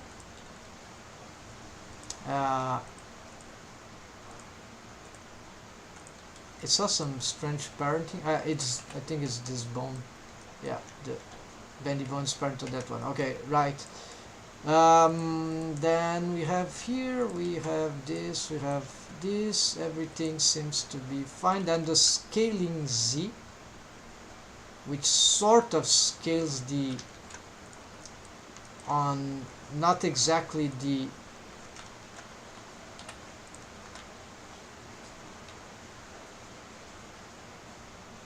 way we want, but yeah, it does. Okay, so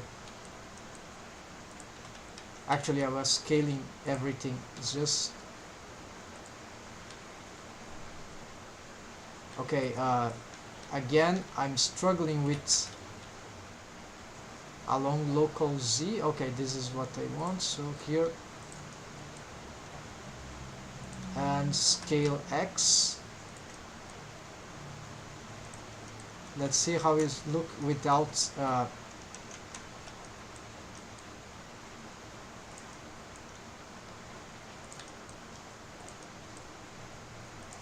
Alright, so that's fine. Then this is not supposed to be used as a upper jawbone, upper arcade bone, but we can adapt this to that. Yes, so perhaps we can discard this extra. Oh, there could be extra transforms for rotation. However, this one should be pretty important.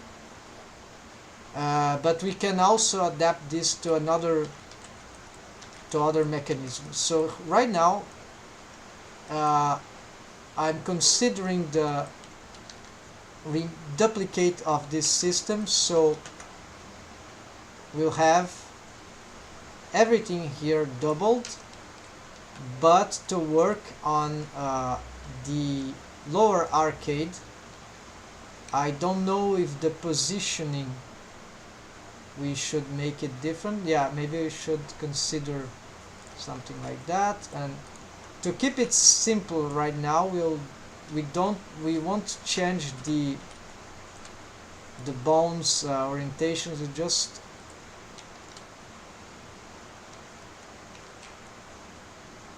let's keep them like over the teeth, where somewhere like even though it might be not a good idea, then we can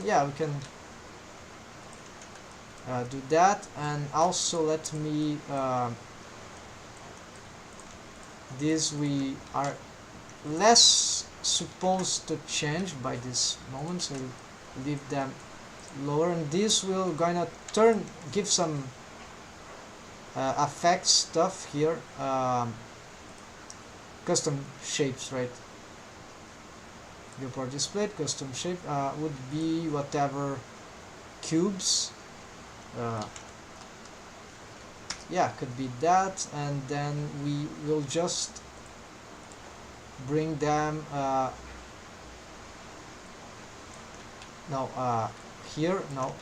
Z front, okay, something like that, and have them also one of them move up, so this one will move up and this one will move down. Even more. This is very arbitrary, so we just Okay, it'll be something like that. At least we have, and we are also gonna change these colors as, because these would become some sort of I don't know, master bones, whatever.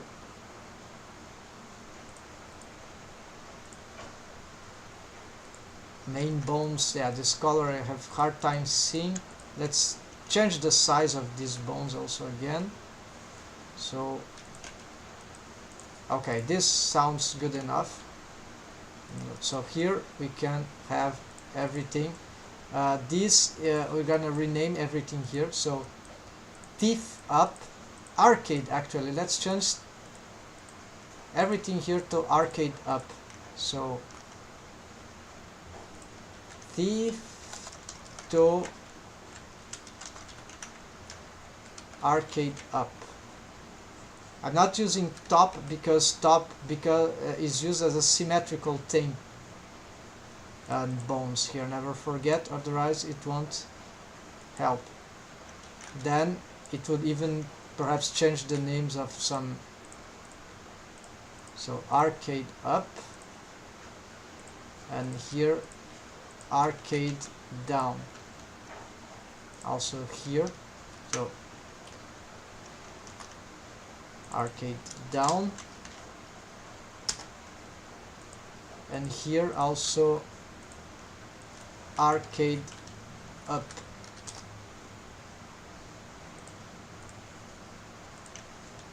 Alright, so now this bone, okay, does the same thing as the other in terms of bone constraints, but we'll probably have to change this, or maybe not, like to be something downwards, but it's not required, we'll see. In principle, I think it might not be required. Here what we can do is, so alright, the wave painting, right? So to solve this properly, let's use our techniques to mask mesh, right? So it will be mouth region. Then we don't want just the interior of the mouth, so we do this and invert the, oh, let's fix some stuff here, add more geometry there. So include this, actually let's just add, so whatever there is inside. Okay, no, bad idea.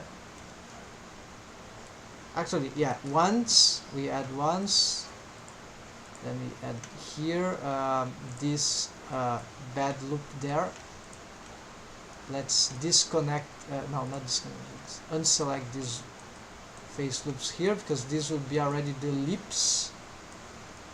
We see that the lips seems to be, except perhaps for, now there's not the lips. Okay, the lips is just here that we need to select, and we assign this, unlock, assign, lock. Let's see now. We can work on that. Let's see how the lips are going. Yeah, we need to reassess these two. After I've built all this mesh here, so select this face loop, this, no, not like this. Alright, so remove, select,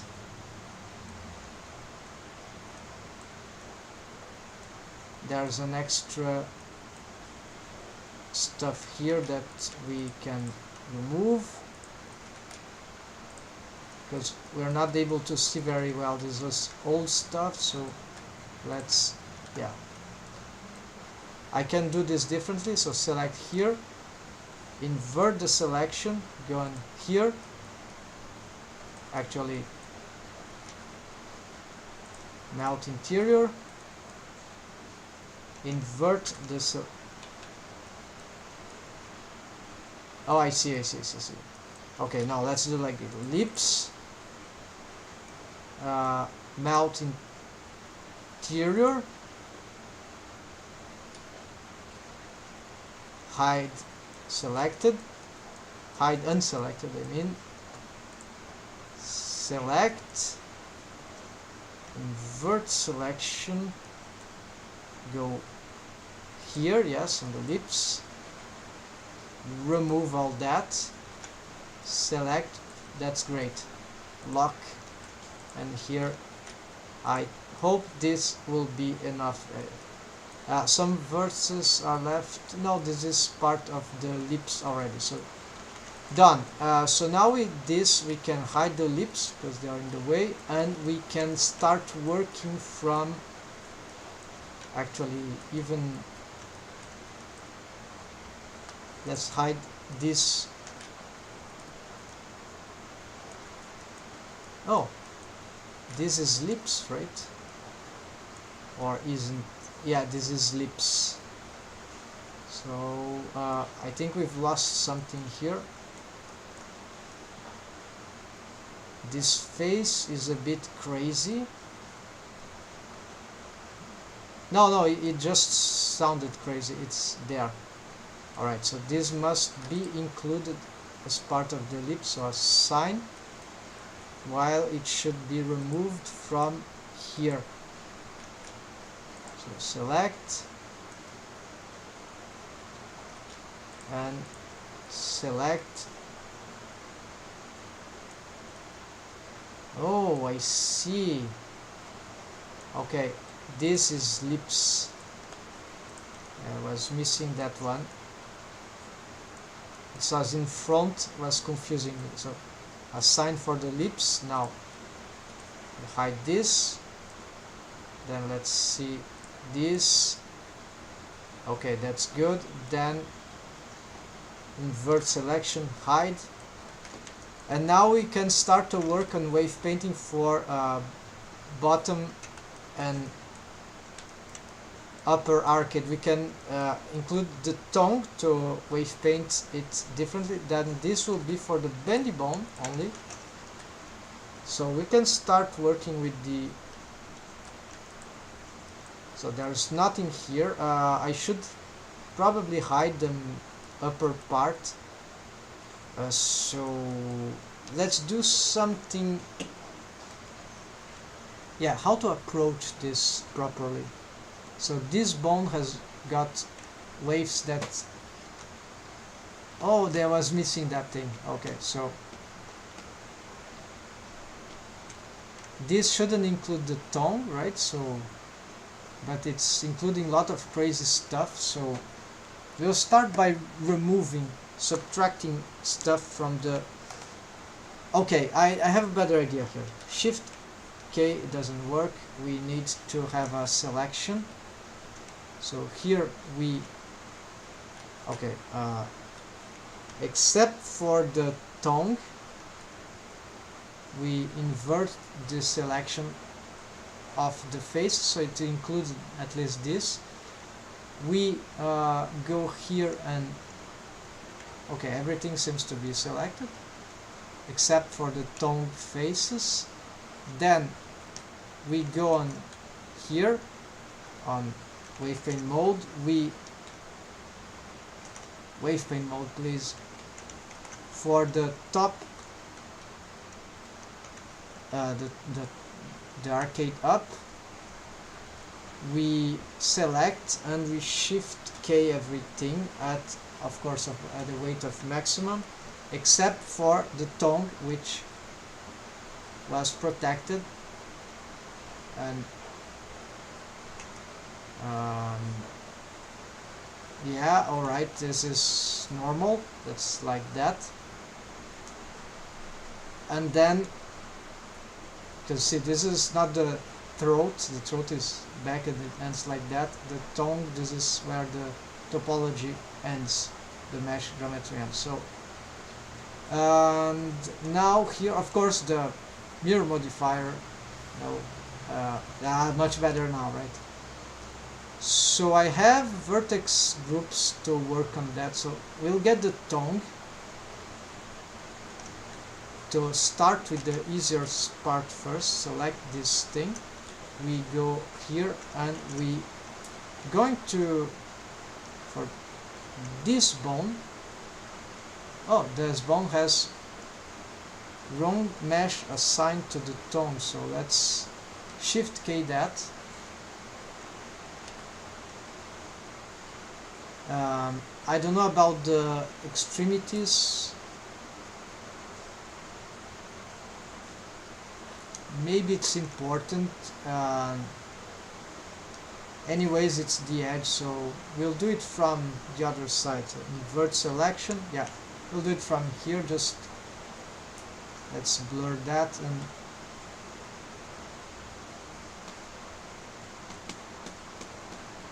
that will be it.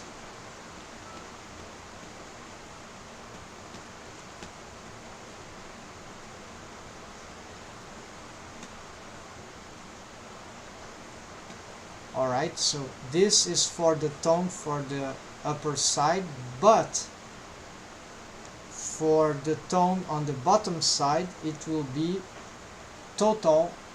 Well, you start with total wave, Shift K, set wave, oops, wrong thing, invert selection, Shift K, and now we can start. Okay, no, this is not the tongue deformed bone, this is the lower arcade, so it makes sense it gets maximum waves here, because I'm not using normalized mesh nor auto-normalize. I mean, I'm not using normalization on my wave painting for most parts, so I'm not consider. This is why this can be full red as a vertex group for deformed bone.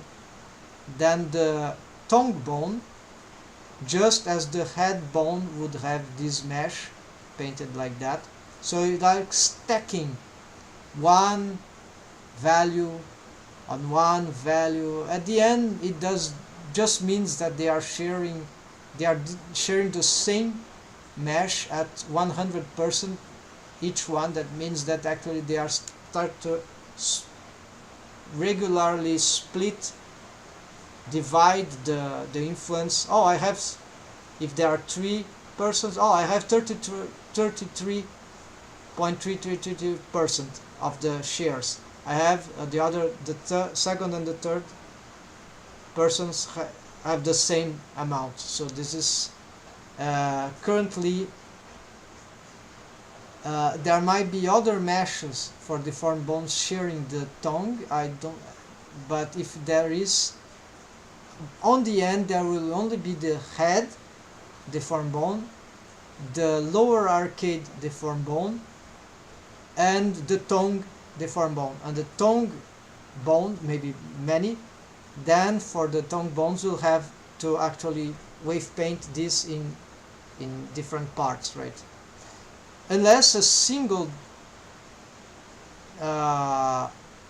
bendy bone for the tongue bone could solve the problem. I don't think this would be the case, but it is possible. Also, it will be cool to have more splines or more controls over the tongue, so you could have more crazy things for the tongue, like rolling the tongue. And there are some cool things. There's a famous, or not so famous, rigger, see on YouTube, that Chris Jones, and he has a I should show right now. There are some things that I don't know exactly how he has done. Actually, many of his rig is very good for this. It's really stylized, but still realistic look. Is a pop star apparently rigger, face rig. And then what I want to show quickly is, I think it's that video. Yeah, it's just a demo. Is your team working remotely and need help with Still this thing. I need. Okay, where it appears when he. Okay, so there's some very interesting rolling of. Okay, this is not that interesting. I mean, it's very good. The deforms, but it's not what I mean. This. You see that the tongue is not. There's some. Yes, the anatomy of the tongue helps in that, but there is some. We see that the tweaking of this rolling is not so simple. So oh, also this can be inspiration for getting some extra melt expression. So there are a lot of cool tutorials. I'll be showing this in the process, but for now we are going to just, I assume, at least some parts of those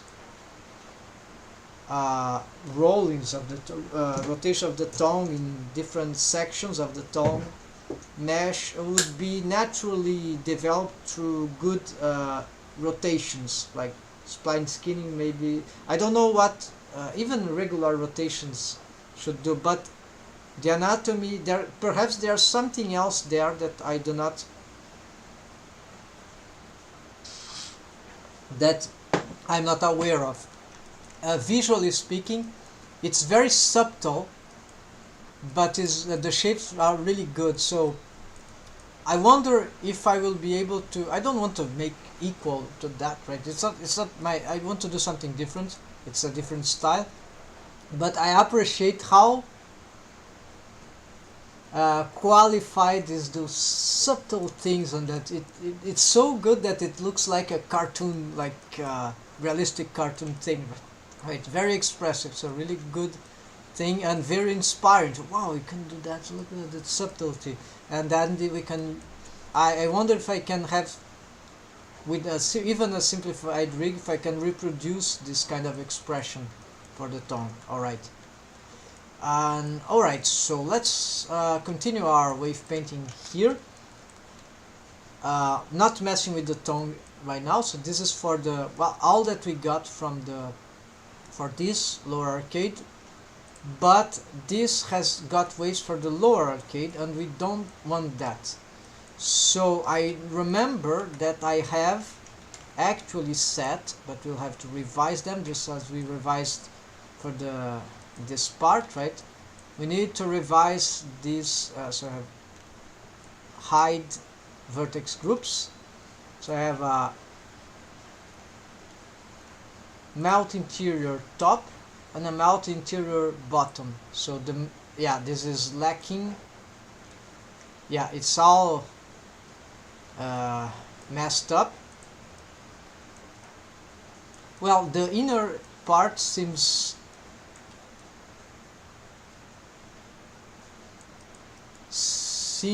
to be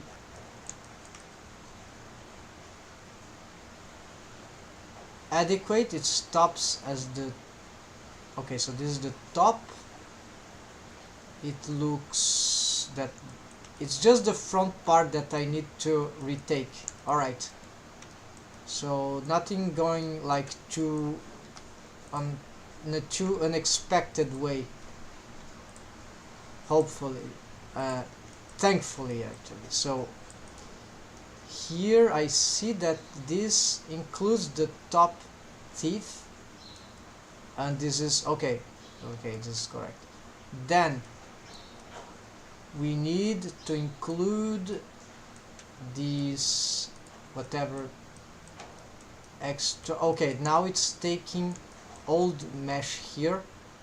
Let's take this off. Yes, I should hide all the rest for this work. For a top region, maybe now, yeah, this could be considered top region just for, because of the complexity on these regions. Now we see we lack some selections there. No, this is top region. Okay, should it go until the gums? Well, because the gums have this seam, yeah, so not going until the gums is better, because then we don't touch the gum seams. Okay, so this is accurate choice. Then we can, what about this part? Yes, we can have here, but then this will be low waves, very low waves. Yes.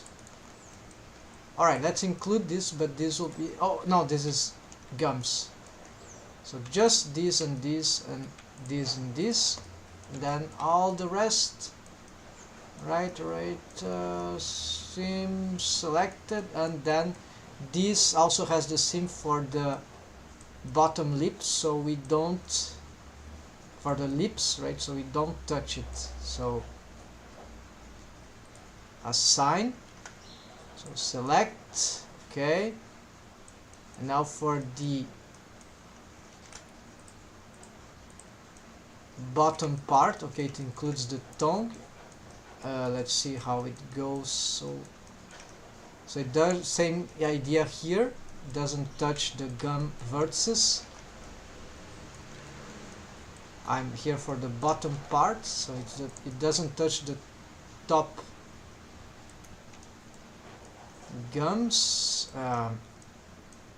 Okay, from outside is better. Then as we reach here, we find the same problematic here. Then we include this, and for the bottom, for the top part, what about, yes, include this and this before it reach the gums, and that's it, except that this will be, if they have waves, will be very low waves, or just those, that deep blue color, right? Alright, let's unlock, assign, lock. So now we can work with that with this selection for, okay, except that we want this. Also, let's bring this up because these are very crucial to mouth regions. So here A, B, C, D, yeah, actually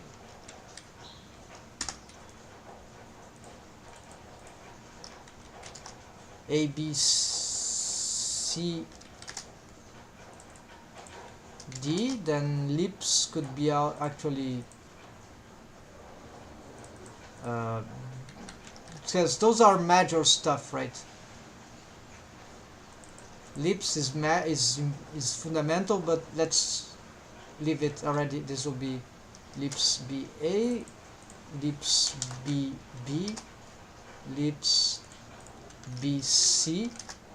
Then I'm working like that, as when I sort by name, this gets good, well organized. Can lock this already. Then lips behind. This might require fixing. No, this is the mesh behind the lips. Alright, this is accurate.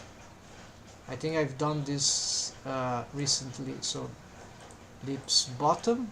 Okay, we see this has, I'll fix this. So remove lips bottom. We see also that there are lacking some things here. Maybe this is too much, so let's remove these ones. I think might be safer. Include that, whatever. Okay, assign, invert, remove, just to make sure. Then there are some extra selections there, we don't want that. So actually this up to this, or maybe more, remove. So select. Wrong choice, we need to. Alright, so assign, and then apparently I forgot this.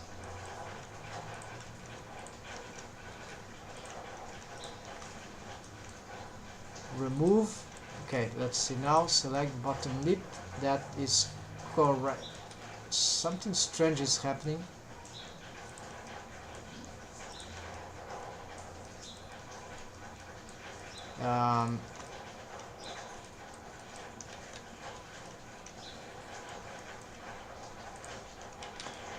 Okay, this is getting confusing, but should be very easy. I just need this vision here.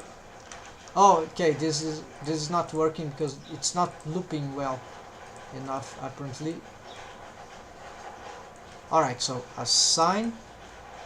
Let's see now. Looks good. Then lips behind or lips top might still have requiring of some fixes. This seems to be old.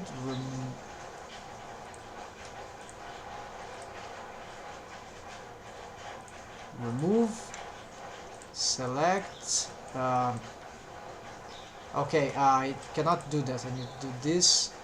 It's a vertex thing, so not a face thing. Okay, then we get this.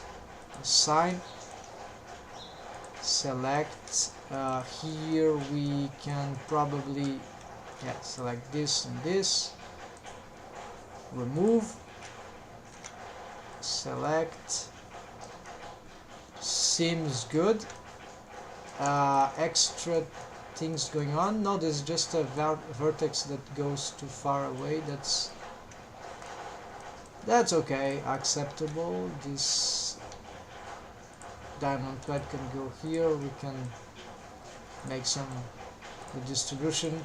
These diamond quads are a bit temporary, so maybe not sure if I keep them anyways, but they helped in as I added more mesh geometry to the lips to boost their deformed possibility. Alright, so now I think I've got those fundamental things organized. Teeth, this shouldn't have been disrupted. All the teeth, top teeth, bottom teeth. These haven't changed them for a while now. Tongue, also reliable one, easy one. Okay, and that's end. But the namings, so B, it's lip stuff. Then we enter into the teeth domain. So teeth will be C, and then tongue would be D, and it's already D. So now sort by name. Okay, let's make the new file here because we are working too much already on the same file, and it's good to have backups.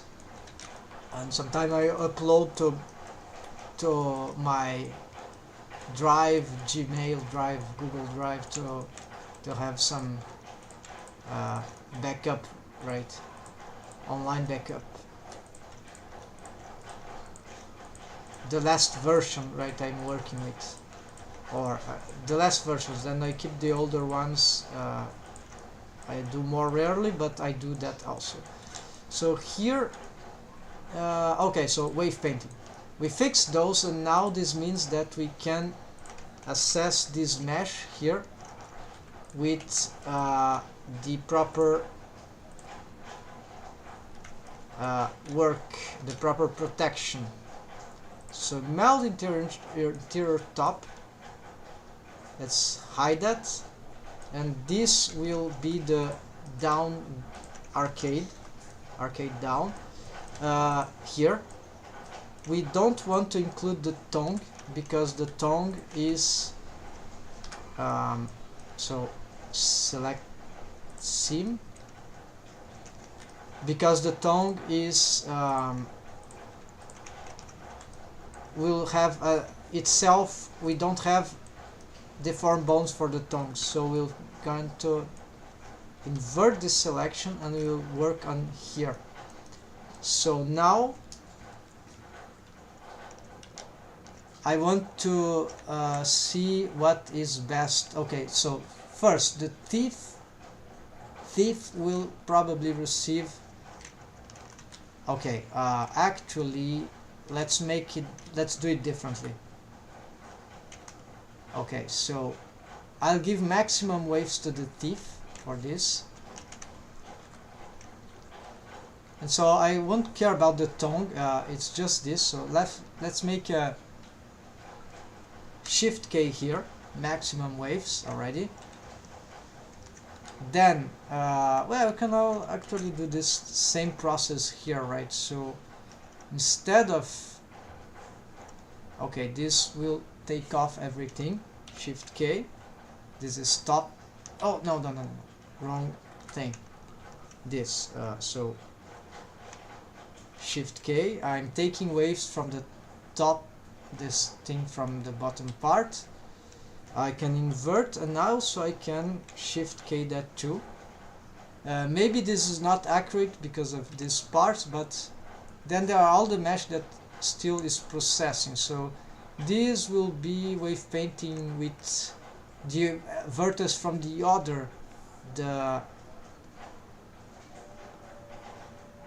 help of the other stuff, the mount and earth top. So this is okay because the vertex here we took off, but then with the other protection we will be working on the inverse side, or the opposite side, and that will be the same vertices. We'll blur them, but here we don't touch, right? For now it will be more complicated, easier to solve that from the other side. So at least we cleaned up that. So all now of the bottom part, the arcade down, is not affected by the arcade up. Why do you have this 001 here? I don't get it. Okay, 1, 2, 3. Okay, so probably this is old.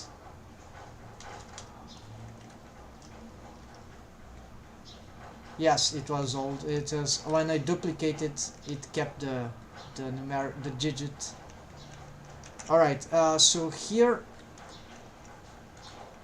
just to be sure. All right. So you have this that's solved for this, and this. It's here where we need to wave paint. So we're gonna protect. We're going to hide this, the tone, because it's in the way, and we're going to protect okay, we're gonna select the teeth by seam, and we're gonna invert this selection, but we don't want these things here. Oh, the shapes are horrible here. We're gonna fix that later. Okay, so actually let's take off this. That'll be a simpler way, actually. I think you visualize this. Just this. Is that it? I know there's more. There's more. All right. So unfortunately, I have to go back here again. So mount interior, then mount bottom. Right. Then can hide the teeth and the gums. Okay, we still have the gums, but only from this, so that's what we want, and we can hide this, and that's it. That's okay. No need protection, no need selection now, because it's just about wave painting now on this mesh. And as you see, actually visualizing, it's good, right? So let's do it again, but now much easier right now, right? So this is why I take so much time solving this. It makes retakes, because I know I'm not able to fix this rapidly, because I'm also experimenting. Then I know that I'll need to make a lot of retakes anyways. So making this organization is great, because it will help solving all problems. It could become really frustrating if you didn't have those things. If I'm taking that amount of time to solve these problems already with those things, imagine without those things. I probably would get crazy. And I don't know if there are better ways to do this. Probably there are other interesting ways, but I personally believe this is actually a good way, technically good way to deal with this. So here, yes, since we have this easy way to see the bottom part, right, of the bottom arcade, so we can, yeah, have some cool time readjusting this mesh topology. But I should have done that before. So just it will make wave painting more.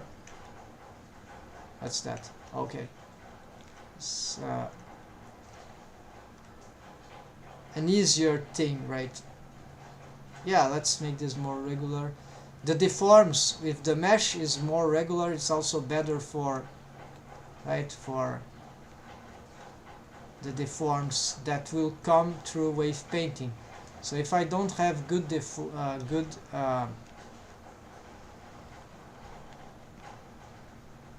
is dangerous because the mirror modifier was not on. I never understand, still do not understand why sometimes I get the mesh unclipped. Alright, so this should be good enough. Let's now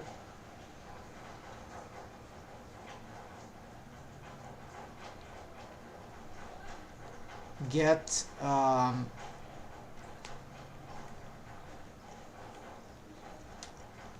the selections, right? So it will be by seam, right? Selection, selection, okay, selection, selection, selection. The faces we don't hide, the rest is hidden. So it's here, here, and here. Let's protect. It's the inversion, right? And now we can start wave painting. Oops, wrong thing. Actually, I'm confused now, so hold on. I have wrong selection here. So thief, gums, tongue.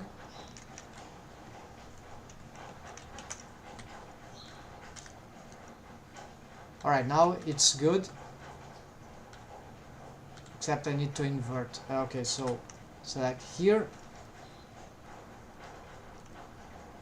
Get this. Invert. There we go. Now we can wave paint. Yeah. So, for the bottom arcade, I think that bottom part, should it get maximum waves? It doesn't need to. We'll give it some waves of. We don't need to have a perfect number here. Yeah, this will be. It's a good idea, but then it's too perfect, and maybe it's not so simple to. Wave painting is not an exact thing usually, so it's like it's okay to have. If you want to make wave painting too regular, too exacting on those values, this probably doesn't help. Okay, so why now? Okay, it's just I'm not able to wave paint properly from the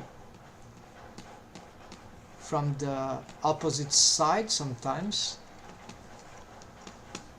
For some reason, it's that I cannot fall off front face only. This never works when I want. Anyways, and I'm not using projected. That will project this into other mesh, but my mesh is protected. So, but then for some reason the option just don't. Wait, where is it? Here. So sphere, cone, but it doesn't.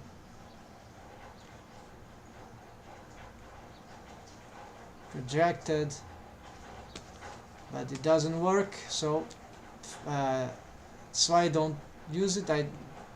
Too many steps, and oh, maybe it's angled stuff, right? What is that? Paint most on face pointing towards the view according to this angle. Okay, not clear enough, but let's see. Nothing happens here, so anyways, not using this. I could hide the tongue really because it's in the way, so it's too annoying, so at least the tongue we hide. And now yes, now this and don't forget the selection. Let's go back. It's this bone, then the selection here, invert. There you go. I don't want this. Let's give something like, yeah, this is what we are doing. We could blur the extremities, right? So all this, yeah, can blur all this for now with heavy waves. This surrounding probably should have,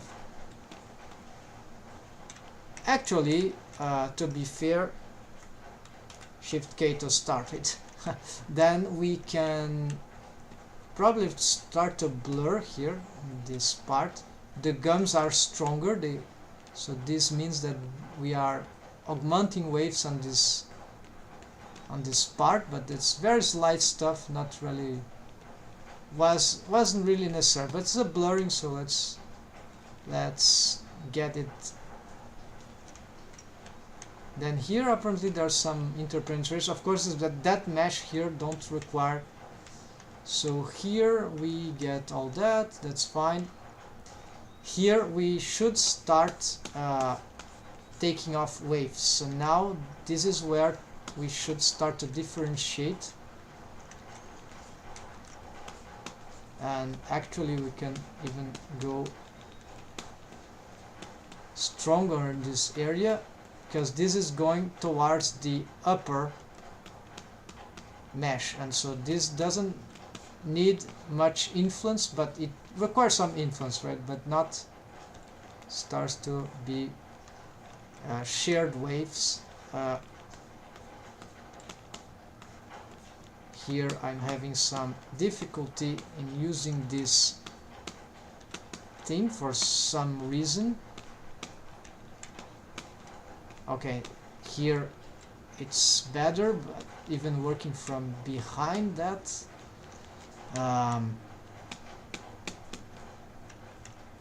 here we should consider, yeah, now this we probably want to take off a lot of waves here, because this is very on the upper part, right? So here what we should do is, maximum we can do is get a regular stuff going, yeah, some stuff like that, and that's it. And then here, especially here in the corners, try to, yeah, we should do, let's do this, and then of course let's see if this was working. Yes, it was working, so do that and start blurring off, taking off these waves,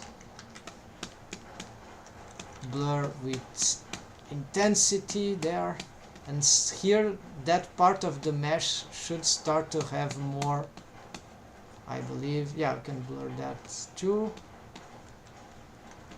That part is not so critical. That part I think near the gums is more important to remain, so I could even exclude already one there, but let's, here I think this is a bit complicated, and yeah, here we'll have to retake.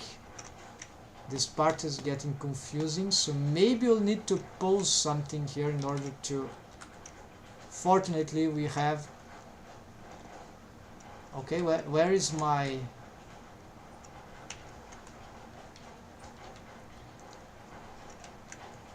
I hope I didn't deleted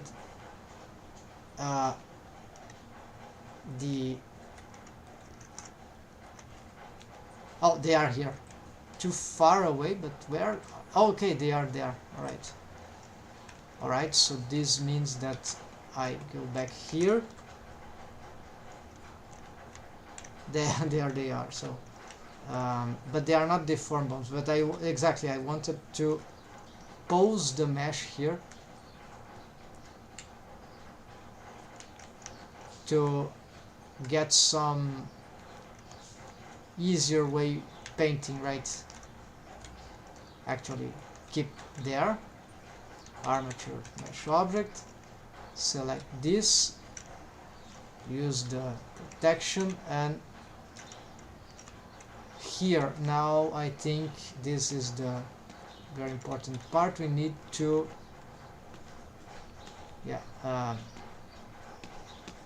take off waves here, maybe not that strong, but I'm concerned about this part. So this part we want to have this really smooth, and this will be the most, I think, the most complicated thing to get right. If we can, I mean, if maybe not, but I believe this is very, very critical. If you get this right, then this will work very well. Otherwise, this could become a nightmare. And what about this? Yes, here let's share more. These vertices probably, I think it's more here. They're not being able to augment. Let's see, this is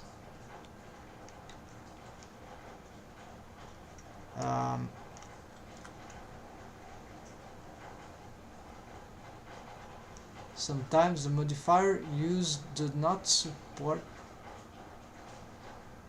deform locations. I think I'm clicking on the wrong vertices.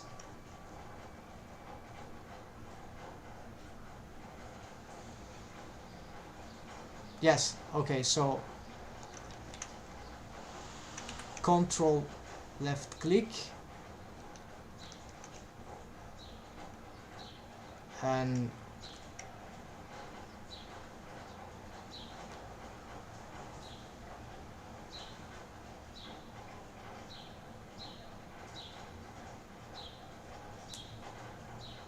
okay, it's just difficult to see the vertices from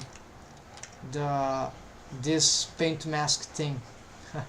That's the reason why, and I've lost my selection. Let's get back at it. So here,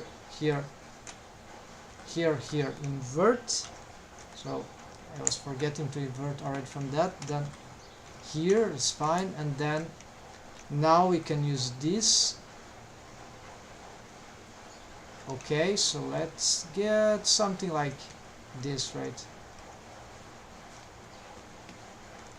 Mix, yes, wrong waves. So just more than that, and for some reason don't see any change, so this is annoying. Did it change the waves? No, it's like resisting. Okay, now it does. So alright, so from the mesh here, do that. Right, and then we can do here and whatever. Let's blur now all those things, and yeah, then it takes wave. I think this will work. Not solve right the rigs certainly, but it's part of the work on this crazy thing. This, oh, I see there, we can have a few more blurring there. There we go. So now let's see how the deforms of this, which is not a jaw bone yet, but these bones are too far away, so let's already change their this is not the right, this is okay. So being here would be nice. Let's see. So okay, we don't see anything, but look at this. So we can do this, we can select them both, although it's not regular. we can push them forward even on different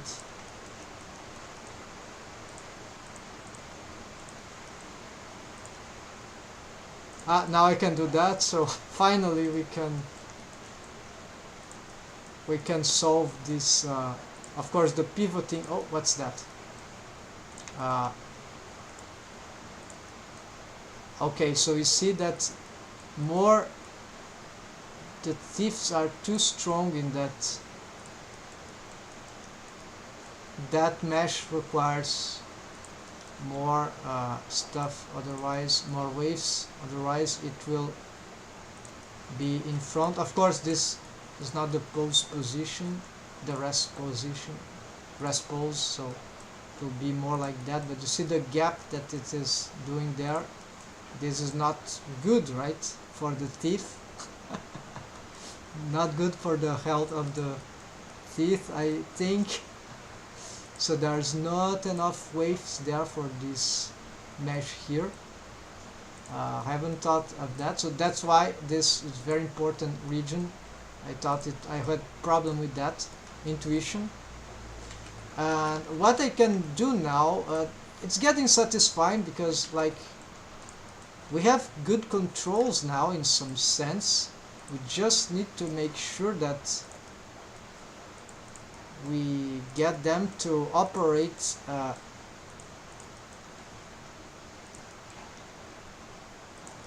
in a... Yes, they need to be operatable. This is a problem, of course.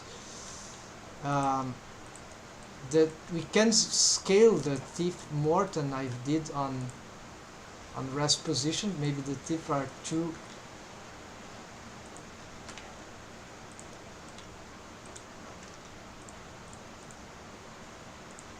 It's opening up a wide range of possibilities, right, folks? So this is kind of okay. And then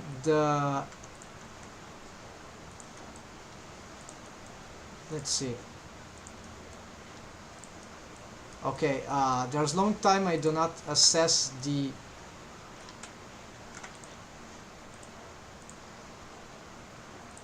this moving the... Okay, so we need to, yeah, you see this is two strong waves there too, so it shouldn't be supposed to do that. And also there, when the waves here are too strong, this can become very dangerous, right? Spike. Imagine here too.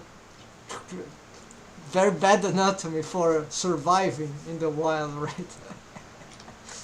So let's see what we can do yet. So just testing out some expressions to see if there are some... We need to have some fun after so much challenge, right? So we have a mouth stuff, right? Let's see how does it... The lip stuff, right? Long time no see. What if I combine some stuff here?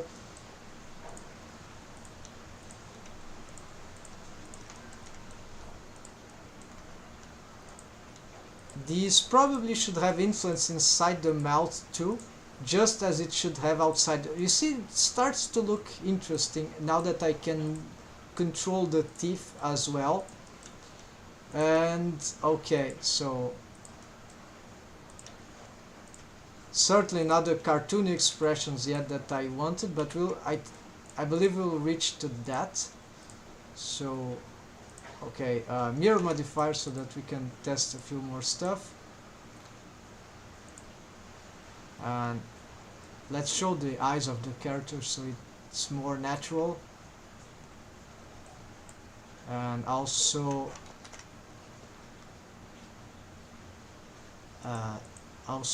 some hair perhaps. It's starting to get interesting, right, folks? The combination of, yeah, the colors are interesting. The shape of the mouth, for some reason, I don't remember what I've done, but starting to make sense, even for the character design. Look at that. It's kind of okay, then we have some problems still to solve, but yeah, the shape of the lips we have. Okay, then this rotation is bad. Volume preservation. Okay, remember that the roll of the lips, they were already on a kiss shape from the rest position. Not so much, we can improve that, but for now, yeah, there are some deformations there that we should be able to avoid. But yeah, it starts to make shape. You see how all these Alodsky also had comment on the mesh geometry, that I was having too little of it, and indeed this is actually, I think it's the amount of geometry there with okay wave painting at the moment that is helping to shape these possibilities. I should attempt to solve some stuff there. For me, for this character design, of course, this is too 3D-ish still. This is too, how do you say, this is still too realistic, right? It's too organical towards realism, even though it's stylized and even though it's far from perfect. But yes, the shapes are a bit too less cartoonic. Yes, glad to have you around. And so this, as you can see, I'm pretty sure that adding that amount of if we see, of course, there are not so many, but with this amount, with the subdivisions, wow, just that one, right? It already helps a lot, even though the wave painting that I have is still not very good, right? So this is next thing that I might want to do, but the continuation would be to solve, logical continuation would be to solve the top arcade, because and then make this connect to the jaw, so that I have a top jaw mechanism and a bottom jaw mechanism. So because currently this is not so much for this, yeah, this is more for doing this and this, right? I mean, this I need to connect them to the, let's try this now just for curiosity. Let's proof of concept, right? If I'm correct about this, if my intuition is right, if we get a jaw, I have the jaw system, I need to find a way to connect. Okay, so this is for the mesh outside, and it's working, sort of. Could be improved. We had some ideas here. Dan Jung had this idea, what about having a bone stretching like vertically, and like a nose bone and other features that could, and maybe I thought this could be very good. This is something I have in mind, next experimentation for after we fix some stuff here. And then this means that these waves don't have to go all along here, because we'll have some, and maybe then I'm considering facial bones here. I was watching some ideas of other facial rigs, and maybe a spline with control of this part could be interesting. So, but I'm afraid of using regular layers of like bendy bone splines around the, so for example, this is one layer for the lips, then another layer here. I'm not convinced that this is good for spline skinning with bendy bones, because spline skinning was supposed to do this stretching on a wide range.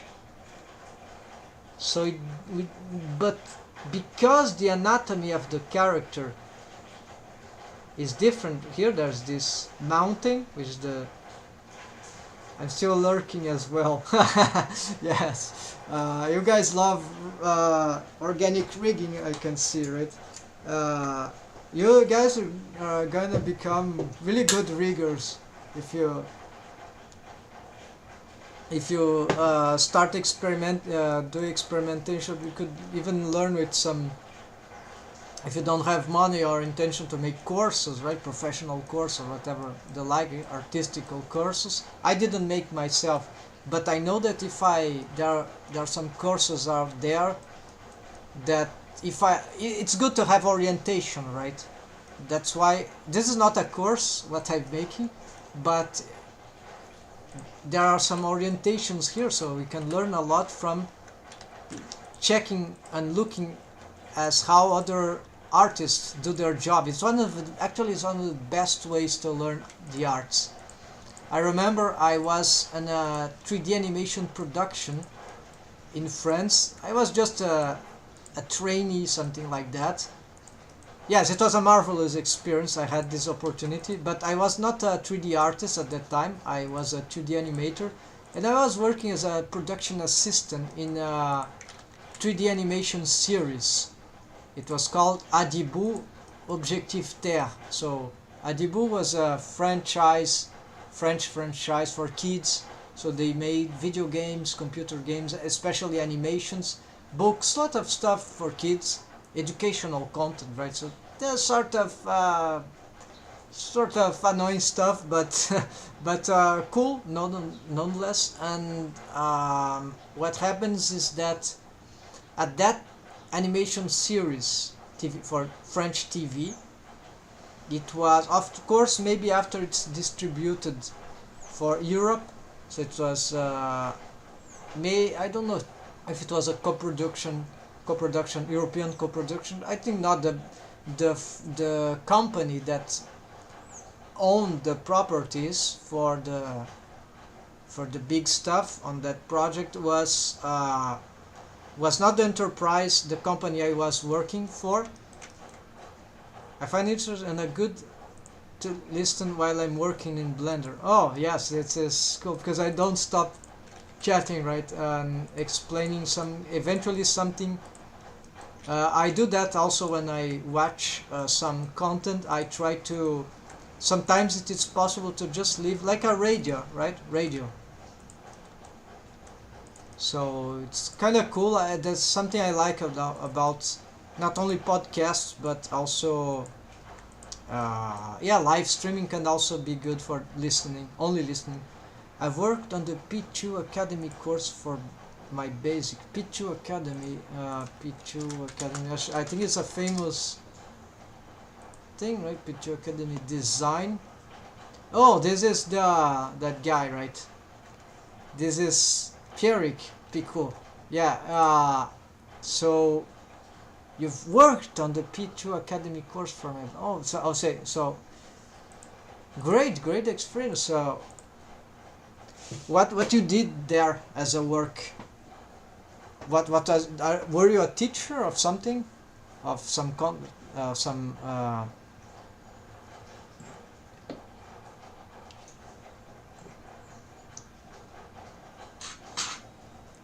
Okay, hold on. Yes, right then, whenever possible, we see that. I'll continue here. Okay, I was talking about that Adibou TV series. I was just a production assistant, but I worked closely with the director. Not the animation director, the director of the series, so the creative director. And that guy came from 2D animator and animation, and he was also an animation filmmaker, but he had experience of directing animations, especially for kids, to series, right? Especially 2D series, but he has the eye for kids stuff, right? Kids aesthetics, so he could be the director of a 3D animation series, right? And because I worked so closely to his feedback on the CG content, that 3D content that was being created in the studio I was in, I followed up a lot of his criticism on the production, right? On the artistic content, right? He was there, the director, so he needed to make appointments, indications. No, this is wrong. This is not for kids. This shot here is very bad. The colors are this. No, these colors change this. The camera shots are displaced. This is wrong. So lots of things I had no idea about, and he was, of course, he was making composition analysis. I knew a lot about composition analysis already, but this was another level of composition analysis for me. And then in the beginning I didn't catch anything. Why he's making this criticism, why he's talking. For me it was good, the image, but by watching that, just watching, I wasn't meant to just take notes and watch, and eventually if someone needed something I would be there. But yeah, production assistant, right? And then eventually I ended up understanding the nature, the essence of his stuff. And then I've asked him, and because we start to become not friendly, right? Maybe not friends, but yeah, we had a good relation, professional relation, even personal relation, because we connected because the creative backgrounds that we had. He's a very fine person, and that director was one of the best person in that production, in that project actually. I find it, and he was much older than me, right? And he had a lot of experiences, so it was very interesting to talk with him. He was very humble also, so this is very cool. But he knew what he wanted, so was also very he had strong opinions, right? But this is good when sometimes but he was a nice guy. I find it interesting. I'm going to listen. Okay, I've worked on the video. Okay, sorry that may have mistranslated. I have taken, oh, so yeah, okay, I have taken the course. Oh, I see. So that course from PROD, right? I don't know anyone that has made the course at this point. I've chatted with some people. I think some have, or one was doing an initial course, but then he stopped making CG. He's a dentist, Mexican guy, Mexican dentist. I have him on Discord, but he's very busy now. He has to. I hope he's able to go back to 3D. His character modeling, he modeled girls like on a Final Fantasy stylized way. In my opinion, very good models he did, and his shading rendering skills were really good. So and he was learning rigging, and we were sharing stuff, right? Sharing content, and he started making that course from PROD. I didn't make the course. So, what did you, just curiosity, what did you learn there? Did you find, how long did it take? Would you do another course from him? If you don't want to answer, that's fine, because this is the internet. But feel free if you want to discuss. I'm just curious about how the feedback. I think personally, PROD is a very good rigger, but I prefer his 3D animation tutorials. I'm an animator myself, former 2D animator, traditional 2D animation, and I know much more about animation than CG. But since I'm starting to learn CG art, I also learn rigging. So, and I'm not a 3D animator yet, but I can make 3D animations, character 3D. I already know how to do stuff, but I'm not expert yet. It's kind of cool, and this 3D animation and 3D animation filmmaking is what leads me to learn Blender. And okay, so I'm stuck here with chatting. I don't know what to do next. Hold on, let's see. Okay, reset these positions. Okay, so this bone. Sorry about the confusion, folks. Here. Okay, I need to create these bones to follow the mechanism of these. So let's make something here. The problem is that okay, local space stuff. Alright.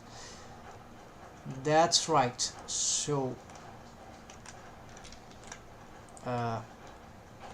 why these bones, they change limit location? Okay, I want to understand why these bones are not parenting to anything. They don't have constraints that would... So why these bones change their position here? Both are doing that. Might be the transformation bone constraint. Let's see, child off. Oh, the child off. Alright, so... And this also. So something is wrong here that makes this...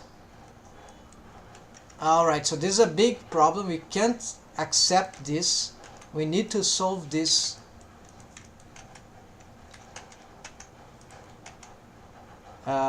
This started happening. Let's see.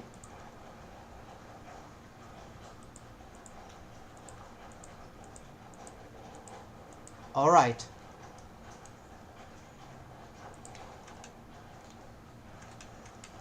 Okay, let's for a moment let's delete this, or no, let's not delete, let's just hide the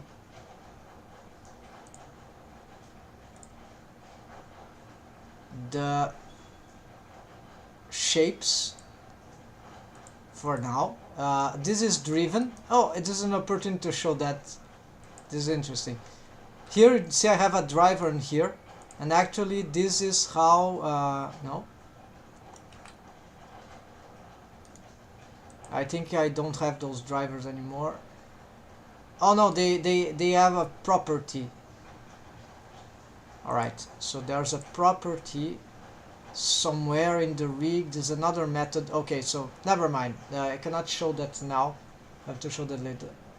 Let's see the chat. I was very on and off on how long it took. Very on and off. I don't know what that means. Hold on. Intermittently. Okay, as I thought, it is rain on and off. Okay, so you continued. It was like you did a part, then you stopped, then you intermittently working on the course, making the doing the course. Right? I don't know how long it took. I enjoyed it, and okay, that's very nice. And I think for me, I learned the basics, including the use of def GT target mechanism bones. Okay, so yes, those things are complicated. Rigify add-on use those stuff a lot, and I think many of the approaches of rigging from that I've seen from his content, his tutorial, free content, and it's relates a lot to how Rigify add-on uses the stuff, right? So I have some familiarity with those concepts, because of especially Rigify add-on, although they don't use. So yes, what I understand is that Pierrick uses a lot of those, and he makes improvements on top of this and reconstructs those ideas sometimes with very interesting results. I started on his animation course. at one point in life too. I will take other course from here as well. Great. I think that he teaches more than the basics. Yes, certainly the basics. Yes. So the tutorials I see there are very complicated usually, even for me, and it requires a lot of background. So I think but it's cool. He teaches the basics, and but what I like the most from him in his works, tutorials, and stuff is especially the 3D animation. Because he goes in really cool content that I understand nearly by heart because I'm a 2D animator for a long time. But I'm not really a professional 3D animator. I made some more, but not work too much on the field. I just know a bit more than the fundamentals. I have my own style of animation, right? And I start animating flip books, like on the corners of school books, as I was a kid. So 12 and at 12 years old, I was already doing flip book animations and very smooth animation and special effects. Very simple drawings, but all that craziness. I was 12 years old. So, and then. I knew everything about animation at 12 years old. Of course, this is a false statement. What I mean by that I knew a lot about timing in animation. I didn't know the techniques like pose to pose animation. Lots of concepts I didn't know, but I intuitively on that very simple style I was those stick figures. But they were organic ones. They're not those angular shaped. They are very smooth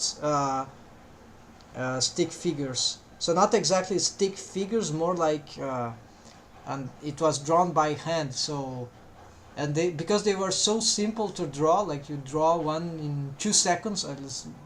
I draw one pose in 2 seconds, right? If I want. So yeah, let's do that now. So just like something like that. Don't stick figures here. Annotations not working here. Hold on. What is it? Annotations. Okay, it's hidden. So let's delete. Okay, so the stick figures like here. It's harder to draw, and so if we were to animate this thing, you just have to like so, and then let's say frame 2. Yeah, this is a bad frame, so let's get here. And now the concepts like anticipation, all those things, I didn't know how to name that, but yeah, it's all then. And we could exaggeration. Of course, this is not an animation, right? But and then you could do crazy things just with, and then special effects. Why not? Yeah, this very. So of course we won't see an animation. I could use the stuff, but you get the idea. So I did that already as flip books. And so 3D animation for me is like just learning technique, right? Because of course there are artistic things in animation that I haven't mastered, and maybe I will never master it. We can't master everything even in a single art form. It's impossible because when appears a new artist, that artist bring a new dimension of the art form. It's just impossible. We can't be good at everything, but we can be good globally, right? In stuff, right? Knowing the fundamentals, knowing the techniques, and being creative. Then we can make our own approach and methods to problems, and learn from the history and the masters and whatever that can teach us, right? So yes, I like the content Pierrick do on 3D animation because maybe because I relate a lot more to animation than to rigging. My perspective on rigging is to keep things simple. You might find this strange when you see my stuff, but I would be doing simple stuff if it weren't so difficult to solve the deforms, good deforms for characters, even cartoony characters in Blender, in CG, as it is today. But if it was possible to solve all this with the minimum rigs, I would be the first one doing that. But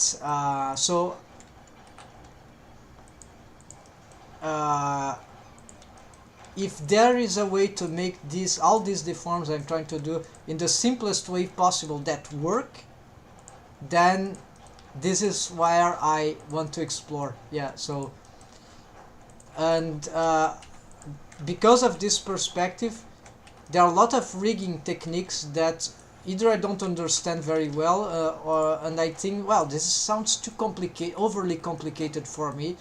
Then I start to suspect, no, it can't be that this is the only way to make this thing, right? And start to get, no, I think there should be a better way to solve this thing. So this is one of the reasons I use spline skinning with bendy bones is because bendy bones, although they are limited only to Blender, they are they solve a lot of stuff with like small amount of bones, right? So, and very smooth deforms. So instead of having thousands of bones for around the mesh, no, just one spline of bendy bone, and there we go. And so this is why I like bendy bones. I didn't know how they worked in the beginning. Last year I've started to learn bendy bones, and then but they have their complications. Unfortunately, I don't think there is anything easier than bendy bones. Spline IK bone constraint is very for spline skinning, which can be exported outside Blender, I think. It might work outside Blender with some on certain other CG softwares that support spline skinning. So bendy bones won't work, but spline IK rigs would work. Anyways, so alright. So thanks for sharing these informations and experience, Young.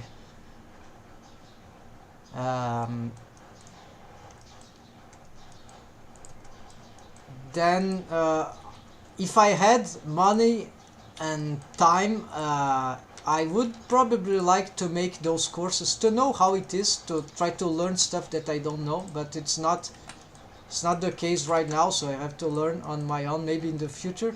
But then in the future I will probably have known so much stuff that I would need a more sophisticated, adapted course, right? Something that's really new for me. Otherwise it will be too repetitive, right? So making those courses are very important because, yes, orientation, right? It's hard to find orientation, direct orientation, just like in the internet. Okay, so this problematic here. Okay, so the bones are here. We see that this is not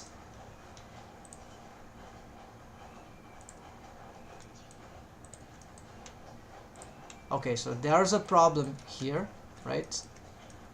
Let's hide this for now. Let's just use these for now, okay? Hide everything else. Then alright, and also here let's hide everything else. There we go. And layer management, okay, let's hide that. Oh, sorry.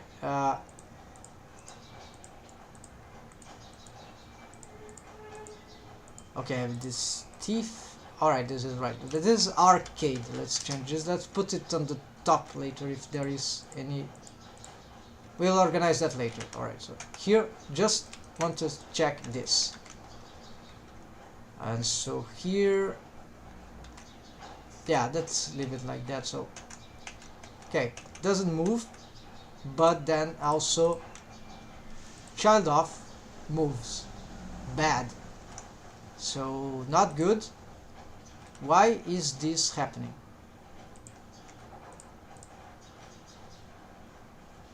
Could be because of this parenting. Yes, yes. On this one, because they are not symmetric. Should be that. No. Okay, so parenting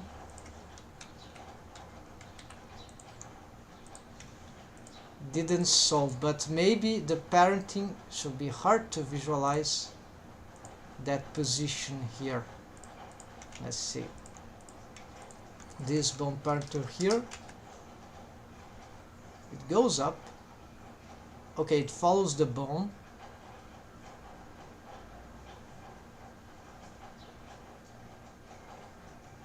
But it's not like they're symmetrical, so nothing new here. Alright, so no, it's not the parenting. It's not the parenting.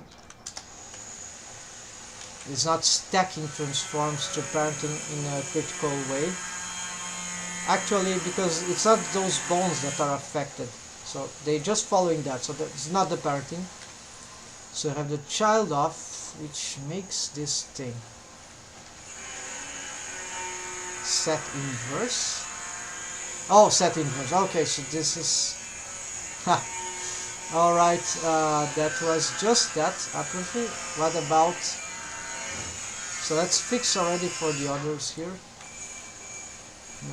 Unfortunately, Alt doesn't work here, so alright. Now, also let's... Okay, pick all that. Alright, so what about this? Let's hope. Okay, so this makes already a transform. So this is bad. Yeah, it's quite a distance here. This is the second part. But you see, it doesn't move up.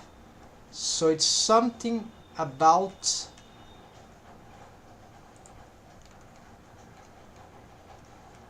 Okay, let's compare.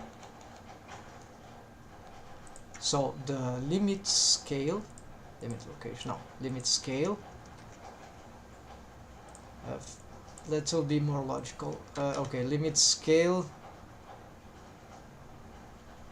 0.9, 1.5. 0.9, 1.5. Then what about the other one?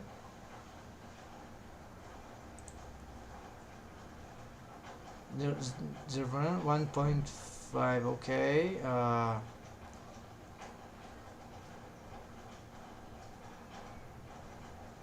1.6 actually. Alright, so and then of course it goes more, but the scaling doesn't affect. So the bone has natural scaling, it's not changing. So although it's not scaling, it's still okay. Scale local Z, that's it. Alright, so it's already getting, it's like it's pushing that way. So this will be the negative. So this means that without scaling, this bone is moving back. So we need just to try to match this thing in the rest pose. And because we can control the limit here, we can extrapolate as we've seen on the other case. So I just want to match for the rest. I just want this to match. Alright, so let's hope we can solve this. This one, logically here, this is a multiple of 9, so 0, 9 3 times. 9 to 27, right? Negative 1 to, so my negative 1 to 17. If I add, this is twice time 9.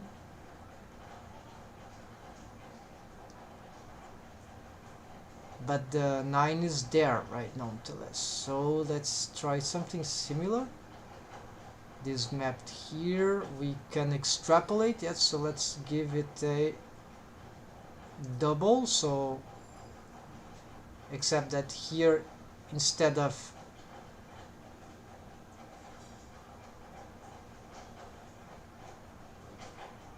oh, this is okay, map from, so don't touch that. Now I'm confused which should be from where did I pick the 0.9 thing? A multiple?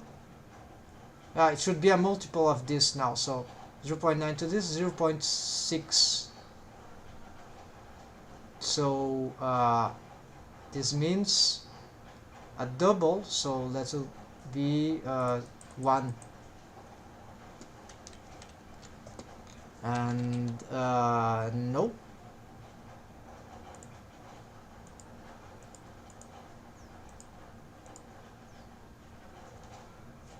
Oh, of course, here. Oh, I see. Because they are moving as a unity.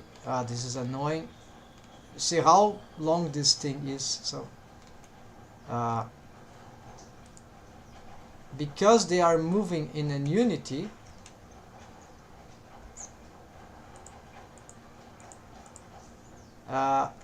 matching is easy. Regular stuff. So let's pick this. Okay, so it was what I did. It's just that I didn't compare properly. Yeah. Alright, so same pattern. And now, yes, I'll use symmetrize. But first, yeah, no, let's symmetrize first. Let's see now. Are they both enabled? Yes. Let's see now how this behaves when I scale the Z. Okay, this is very bad, but this is not the question. The question is the limit. Yeah, the mouth doesn't need to go this far, so this means that I just need to, maybe it could go this far with some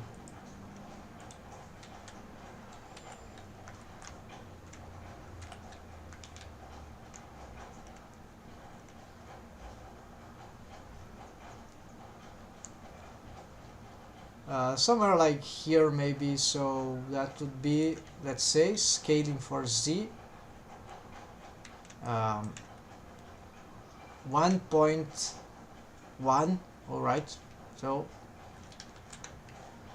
this doesn't looks like a very big change. It's a very minute scaling already does all that deform, so this is a bit strange, but if that's the case, that so be it. I'll even give it a, yeah, to be more precise, 1.2 for exaggeration. No, that's too much. Yeah, you see, that's a lot. So you need to be 1.1. Yeah, what? So be it. So here, maximum Z positive 1.1, and so maybe doesn't sound well. It's a lot if we consider other possibilities, right? So the wave painting, of course, is bad, but you see how cool it is when things start to, okay, rotations.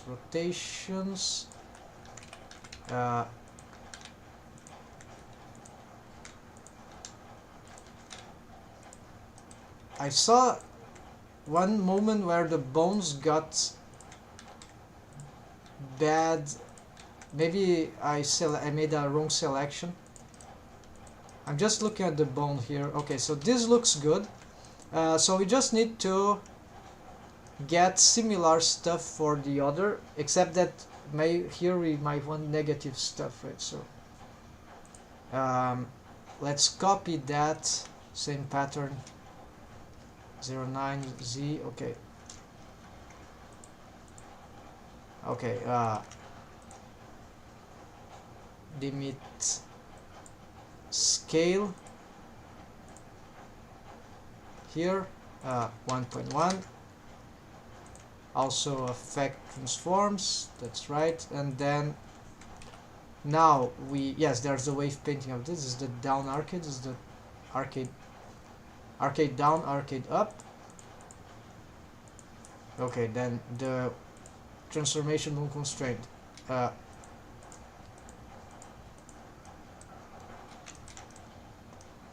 these bones are, yeah, let's reposition that, make things easier. So let's compare.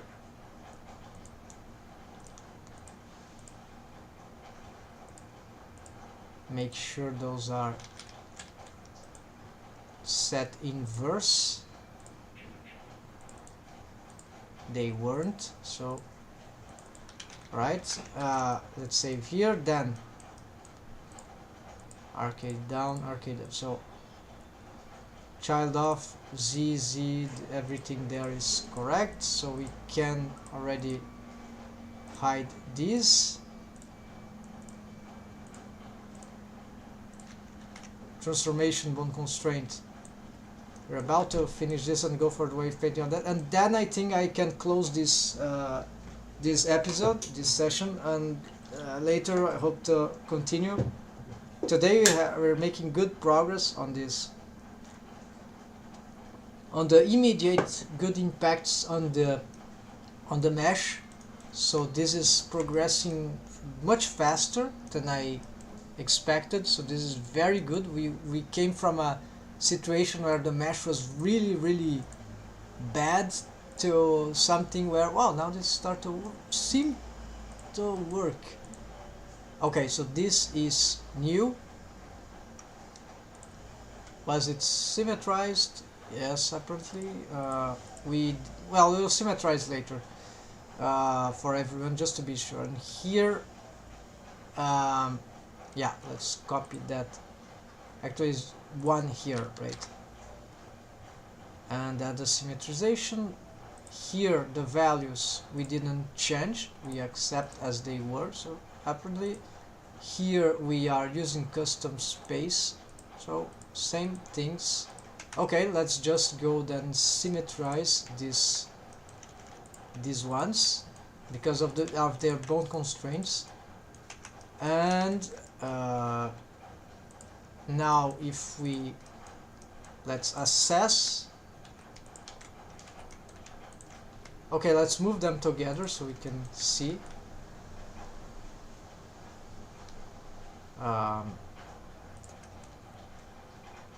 All right. Okay. Z now, scale on local Z. All right. The bottom one certainly could go more to the front, right?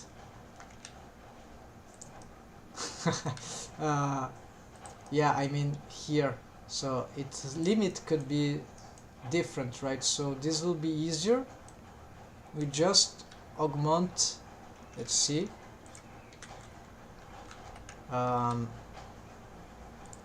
Let's get here some scale, limit scale. Let's unlock this just to explore the scaling here. 1 point. Like maybe that 1.15. Oh, I've seen this value again.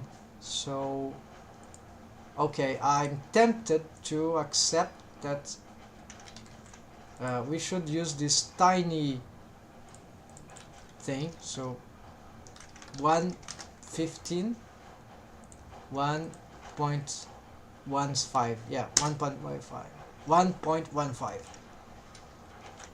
and then scale Z. We have some exaggeration, but that's fine. It's just that it's a bit annoying to pose the scaling factor. It's like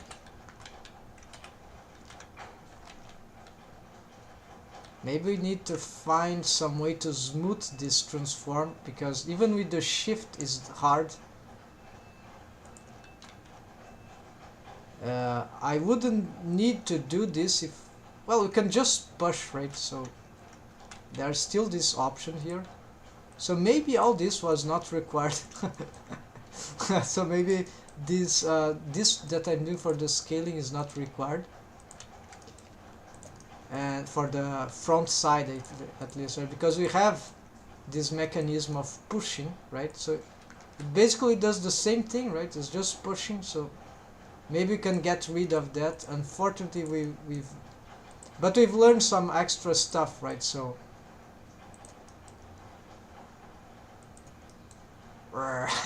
alien stuff, right? And so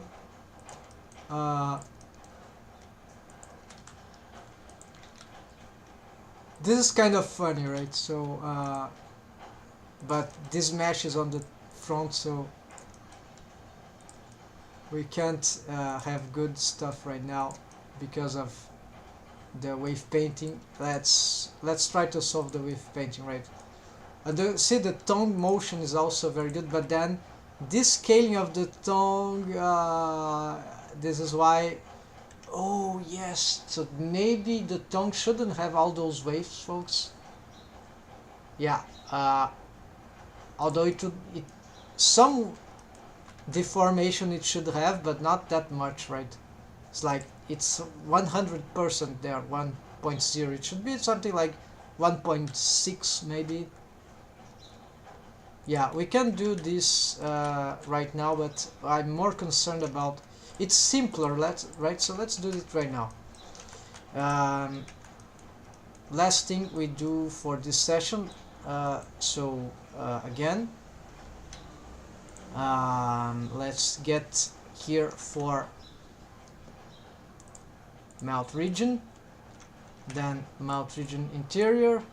Oh, what a wasting time! I'm just mouth interior bot select, hide unselected. Then we can hide the mesh objects, right? They will be in the way right now, not the face, not the body here. Then what we do here is that with this we select the tongue, but because I'm afraid that I don't remember how I did this part, if I blurred it or not. Let's hide here, let's see here.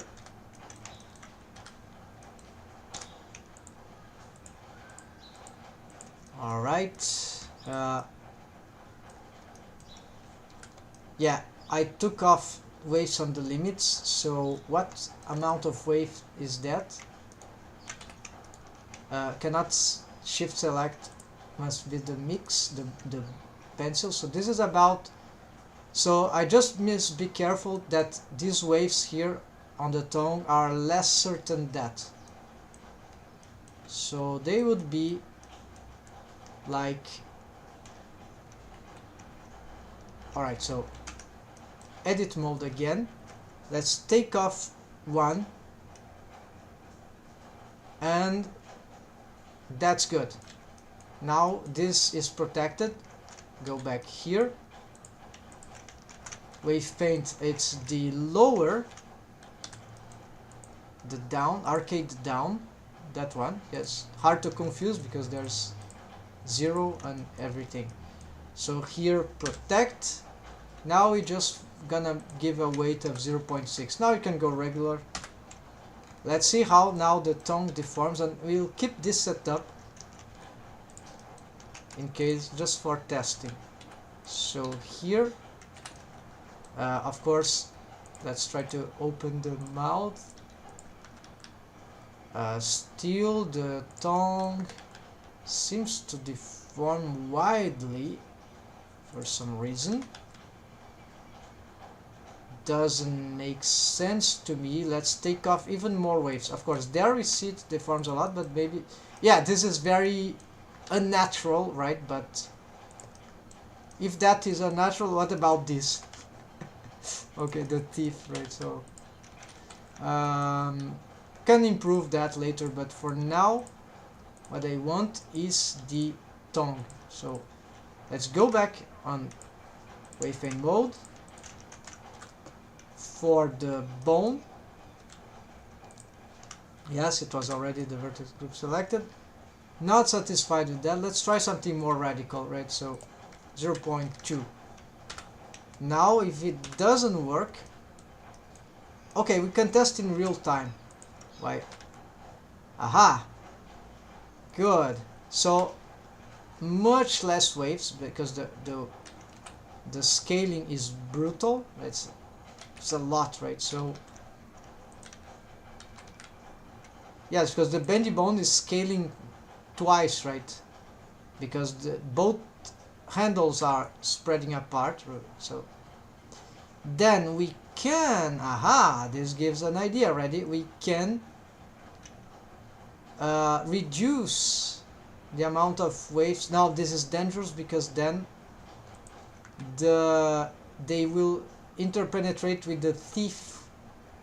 Yeah, so we should be careful if we want to reduce the caution.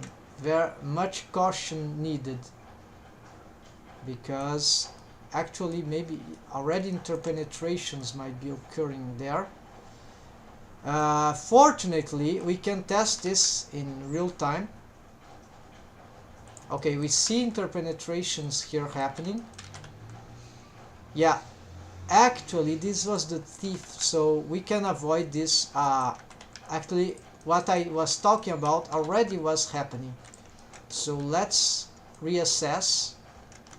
And we want the teeth to have maximum waves because, well, just by default, right, they are the more rigid stuff there in the mouth interior. So so what we need now is to make a better selection here. For this I'll hide the tongue, I'll hide the hair also, I'll hide the, so it's good to have collections to organize this stuff. I've been working on this. So have the body, well, the armature, so this, only the armature, okay, the armor is parent of many of those objects, all of them actually, and of the body, so on the face and whatever. So you have the meshes, right? So this is armature. The mesh stuff is parent to the armature, but they are in a different collection. I found this a better way to organize. Then we see the amount of stuff there are. There are 24 mesh objects here. There are collection, yeah, don't see. There are 4 collections and there's a lattice object. Here there is the armature. Yes, it contains mesh objects and the armature object, because these are the same as here. So this is something confusing about the, but it's sometimes it's useful, but confusing. For me it's confusing, like they are doubled clones, right? But they represent the same thing. I'm still learning how to use the outliner in Blender for this purpose. So here the mesh, I have the clothes that are not using for now, the hair not using for now. We're gonna make hair rigging, hair modeling and hair rigging soon, I hope. Then face, there are body mesh, eyebrows, eye surface, the eyes, right? I don't have eyeballs for this stylized character. Eye surface is the lattice that helps to deform the everything here, and also here the surface ghost shrink wrapping stuff for the bones, for control rig. And this is the mouth ghost. Oh, this I'm still working on, so it's like this, but not using lattice for this one. Could be useful. So body meshes, then that's it, all parented. And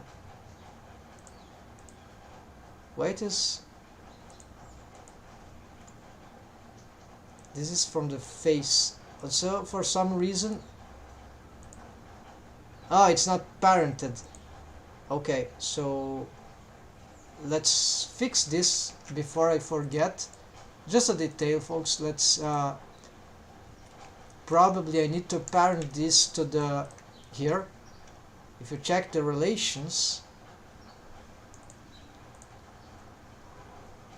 it's parent to the armature as a object, but actually I think this is the problem.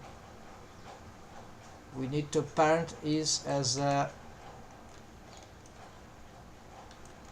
a bone stuff. So where's the armature? I want just pick to keep things organized. There's the deformed bones, and there is the head bone and deaf head bone, and then we have only this selected. Select only this. Then we wait. What? Oh no, these are the arms. Okay, no, it's never mind. So then we need to get out of the armature. Object mode. We select this. Select the armature. Parent to bone. And this should change the parenting type. There's target here of the bone that has been selected in here. So this is a complicated thing in Blender. I'm out of it, but there's a selection inside, and this sometimes is confusing. Not ideal in UI. It's bizarre actually, but I think it could be improved. Then what we can do here is to see if now we can. No. So for some reason I'm not able to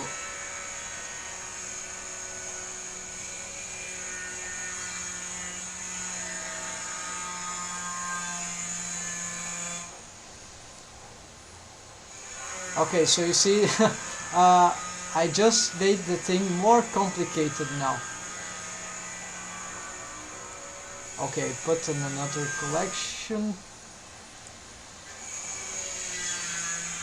Now it's here, but it's not, it's double duplicated. It's the body.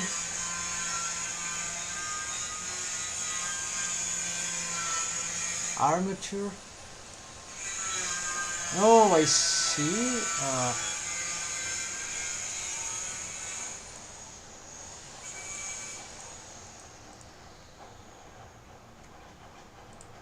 Hold on.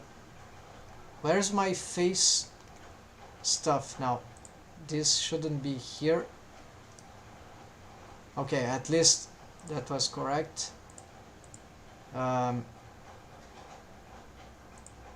22. Okay, folks, I don't know how to. Just one. Oh, now it worked.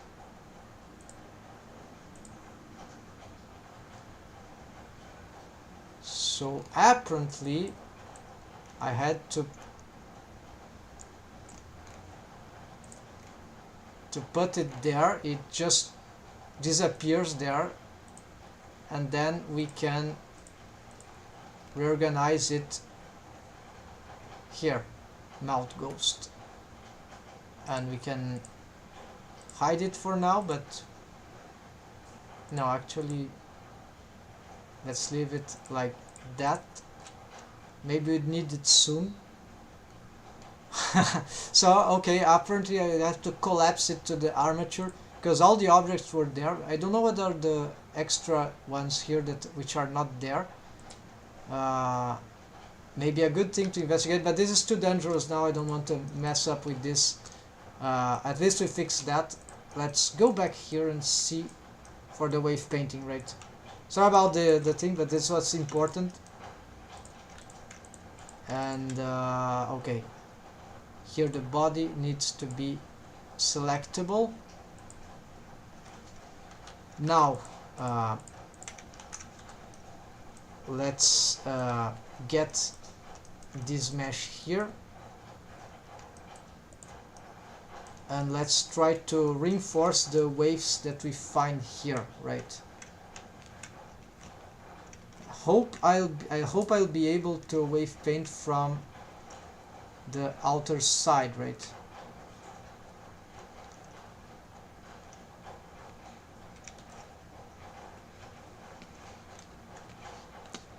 So we can test, actually it would be better if we test these deforms already. So pick this bone, pick the selection. I've just ruined the selection. Let's do it again. Get this, but get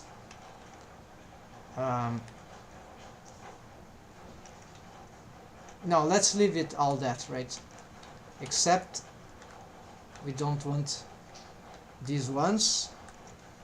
That's what we'll be working in with. So now must be careful, yes, to not ruin the selection. Okay, so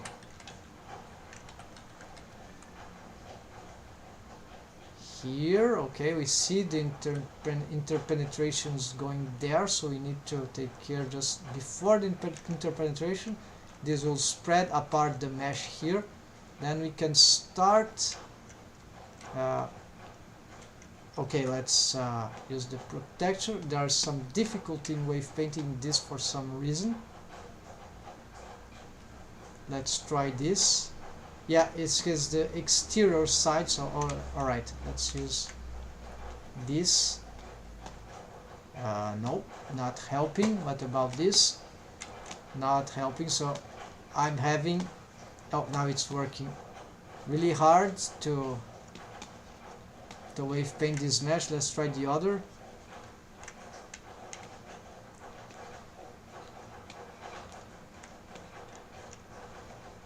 Okay, so let's give more waves to the exterior part, right? Makes sense.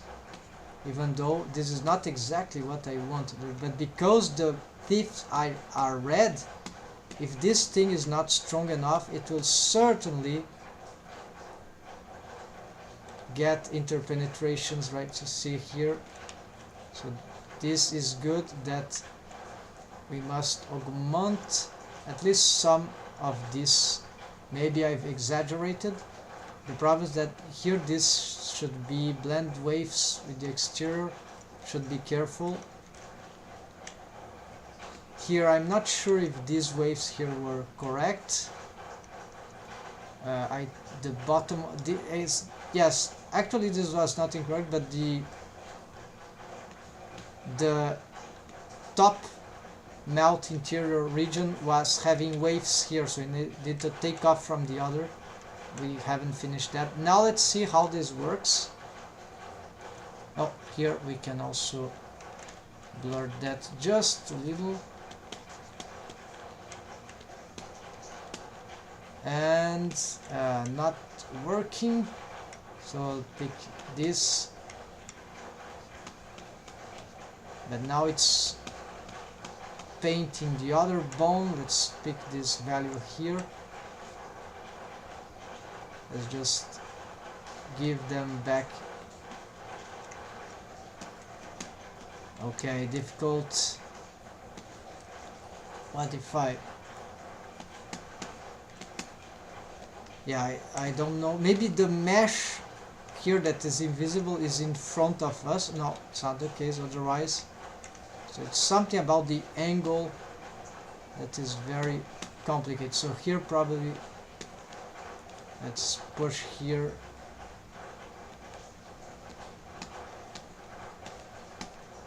Nothing works. Okay, this works. Alright. Okay, so there are some angles that work and some others. Angle of strokes, angle of viewport angles. It's very, very bizarre. Okay, I think this is good enough. Let's test.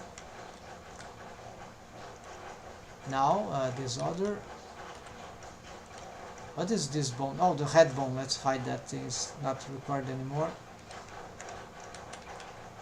Alright.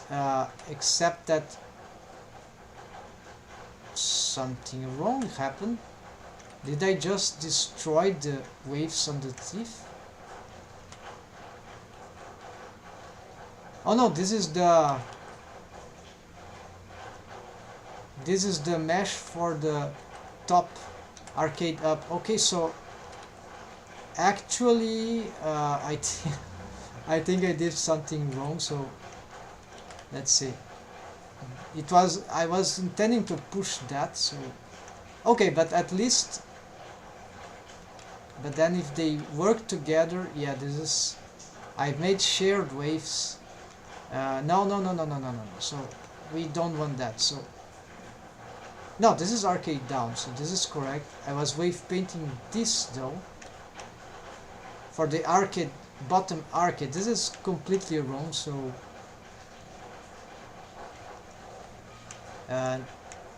yeah, yes, this is very wrong. So let's fix first this, because this was annoying us for a long time. Yeah, let's get rid of this craziness. Then of course I want some waves there, but very okay, so now this should be good. Let's bring back some waves here, very slight waves here. That should be enough. Then here, as we go up, probably we want some. The selection is too complicated now. Hold on. Yeah, should be aware of this. Let's destroy these things. Probably this is wrong. And actually, even more than that, I was painting on the arcades, the gums, which of the bottom area, which is something that I really didn't want to. So let's pick, include this. No, let's, okay, let's do this selection. Then we get here, then we, for the arcade up, it is this one, vertex select, invert. No, this is the proper one. I'm gonna shift K these vertices. Well, it's already taken off, so it was correct. So this is the arcade mesh actually.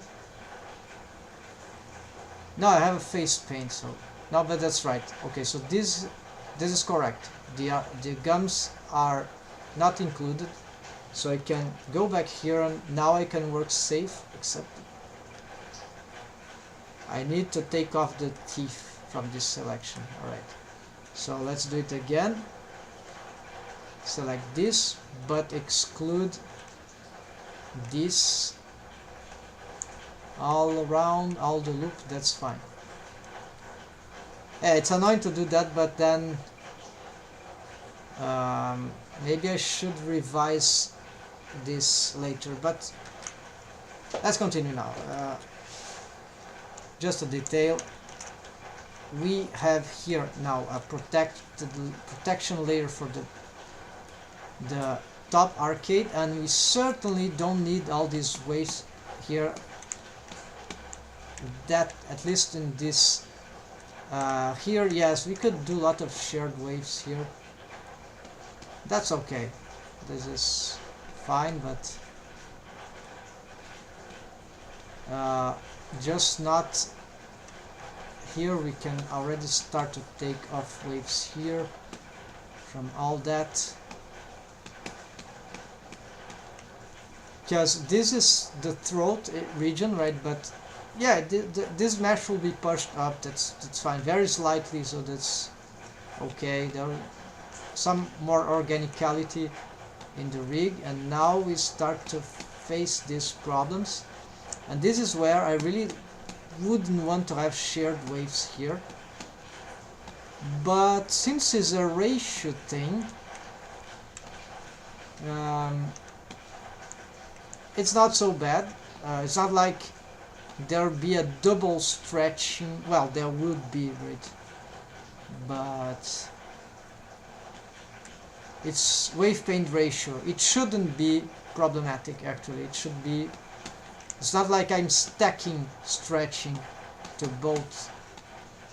I hope not. So here we can try to have, yeah, as we go here we can probably take off waves from this, smooth this out, because this is already going for the lips, so this is probably better like that. Let's blur here with less intensity, and this should, here let's try to blur more, and I would like to take off waves from, but it's a subdivision. No, not this. Yeah, it's fine, it's fine. This should work, folks. Let's try. Now that region must be much better also for the,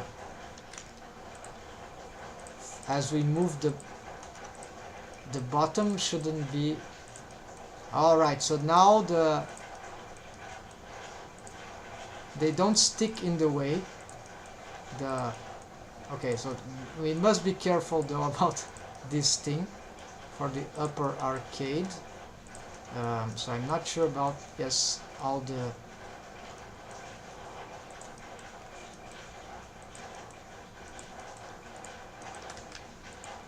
alright, so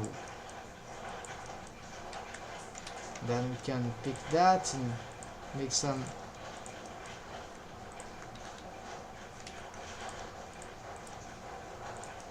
Okay, this kind of already looking good, and if we are crazy enough, right, we have this possibility. Hold on, let me use the mirror modifier. Yeah, so you have this possibility. So look at this, how crazy the rig can get. Of course,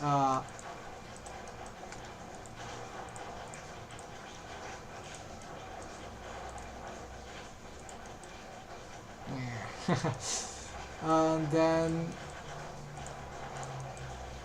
we can tilt the block, and we can earthquake the jaw, and well, I think this is how many cartoon rigs are expected to work, right? But I'm really liking how this is getting, how this is evolving. This is way more than I expected in terms of, yeah, the teeth themselves are not deforming as cartoony I was like. It's like I want them to be larger, and they never are larger than that, so the stretching is not really working the way I intended for the teeth. But considering all the coolness of some features here for expressions, and now that the gums are not, now that things are not yes, there are still some interpenetrations which can be avoided actually if we were ready to make. Yes, I can have some automation for those curves just with another scaling transformation bond constraint, so maybe this will be very handy. So if anything there is not enough, we can still, yeah, make this thing. So currently we don't have these controllers, We can push it back, but we cannot make this sort of, we don't have the real control over the well, I need to investigate actually the possibilities, the automation of those tips, those handles, but yes, it's clearly possible. And alright, so wave painting kind of yeah, so this top teeth, the upper teeth, they really need to be like, to have more be larger, right, or scale better, and this is hard from this single bendy bone, even though the teeth are painted red, so maximum waves only for them, no sharing weight with now the interpenetrations that they are inside the mouth are okay. What is that? Oh, there's the eye already. So yes, so yeah, this is starting to become really interesting, but it's still far from good or usable. Slightly usable, but we need more work, right? It's just not ready. It would be ready if I, by this time, of course, if I knew exactly what I was doing, but we are making experimentation as we go. So here we see we're start to have a problem after the wave painting, right? So we cannot scale this anyhow, and we need to be careful about that, although we can still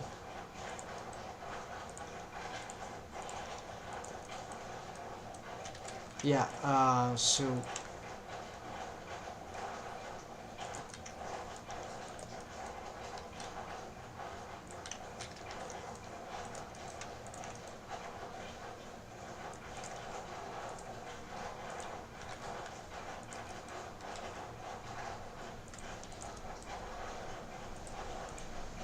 and the cool thing is that you can have some yeah, so the teeth mesh we should change. It's getting we have to address this, and the gums are getting strange deforms as this thing go front. It's like, see this part, the gums are protruding, retruding actually. It's not working, so there's probably something strange about the wave painting here, of something that I'm not sure about what. The gums should have more waves, maybe. Yeah, more waves on the gums. Is this the same pattern? Yes, so more waves to the gums. Okay, so I think that's it for now, folks. It's already a very long live stream, but oh no, one last thing, the jaw systems. Yes, because it's relatively simple, should be. Yes, to fix it properly might be complicated, but at least let's see what we can make. So currently the rest position for this, maybe I need to reassess. Let's start to reassess this. No, I was going to use local space stuff, right? So instead, let's try the pivoting stuff, right? So we need another mechanism here. So let's just duplicate. Let's just duplicate this bone.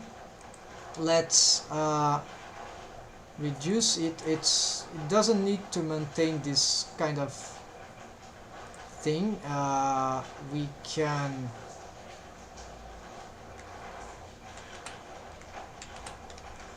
okay, it can maintain this for now, and then is it parented to anything? No, not for now, but I think it's locked.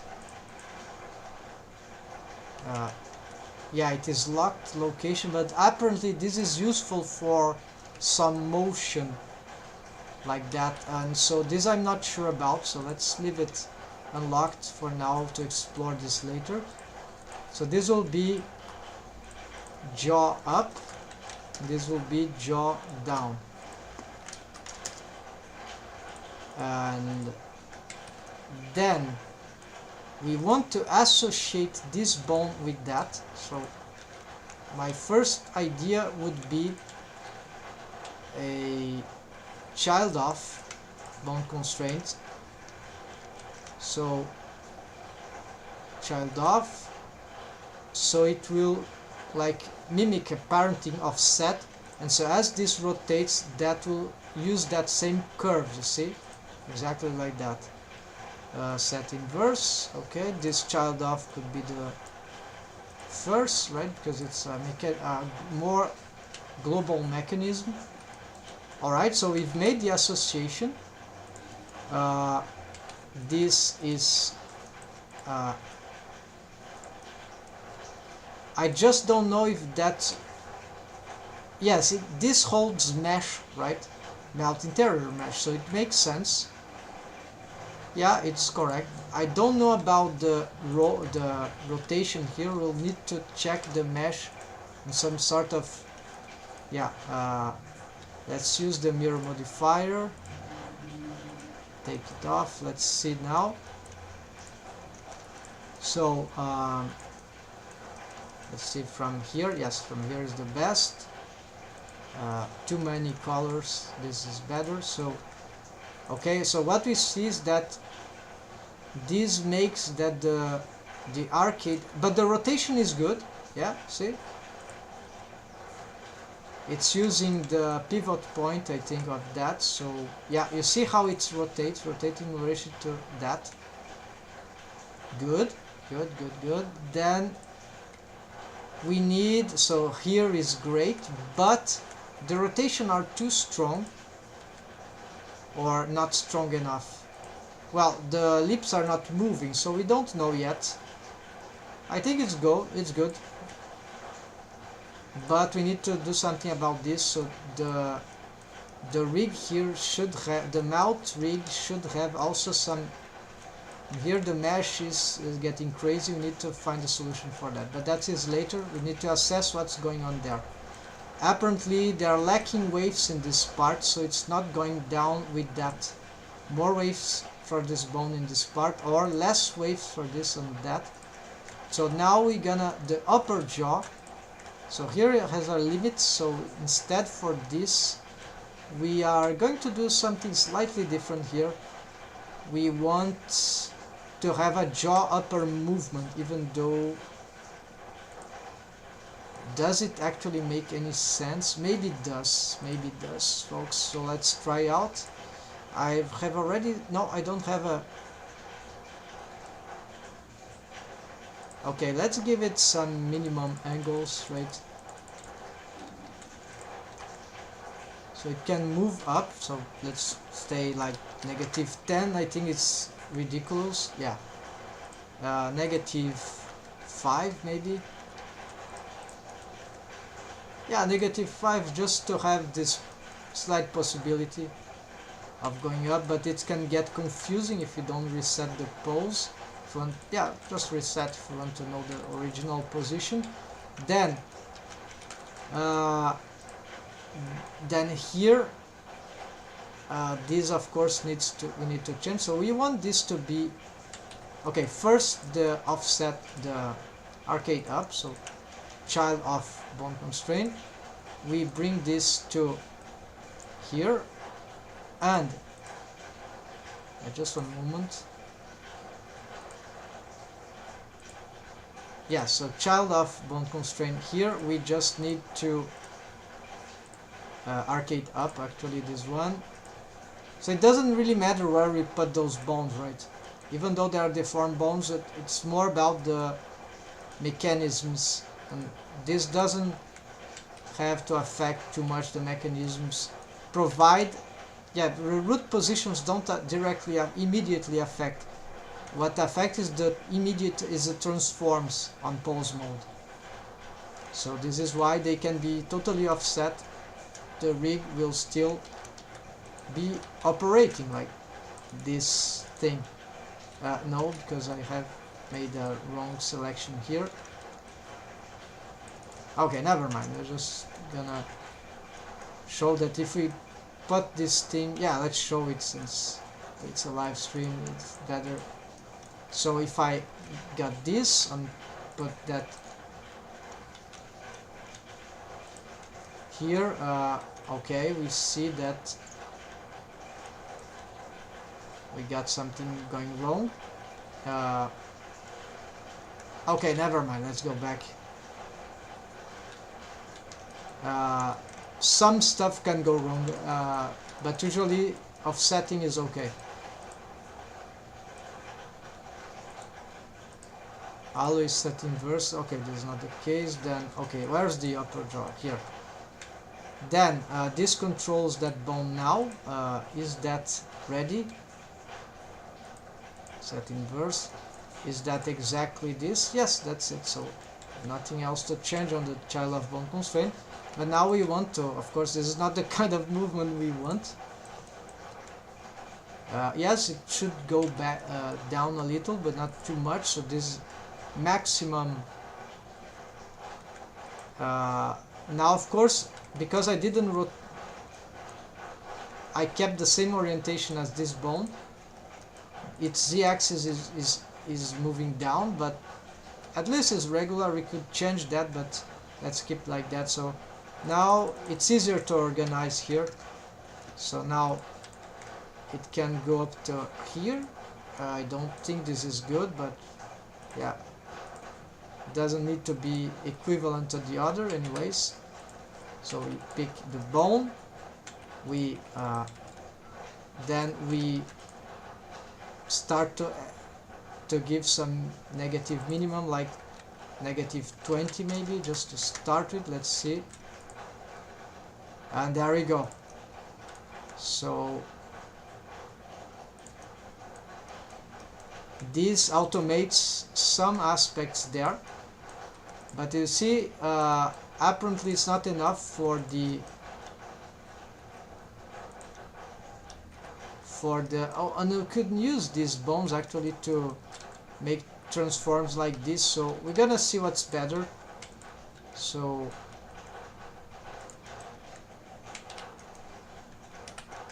okay, so here we rotate X. I have okay, global, so rotate X, that's fine. Okay, I would like, at some point it gets stuck, I don't know why.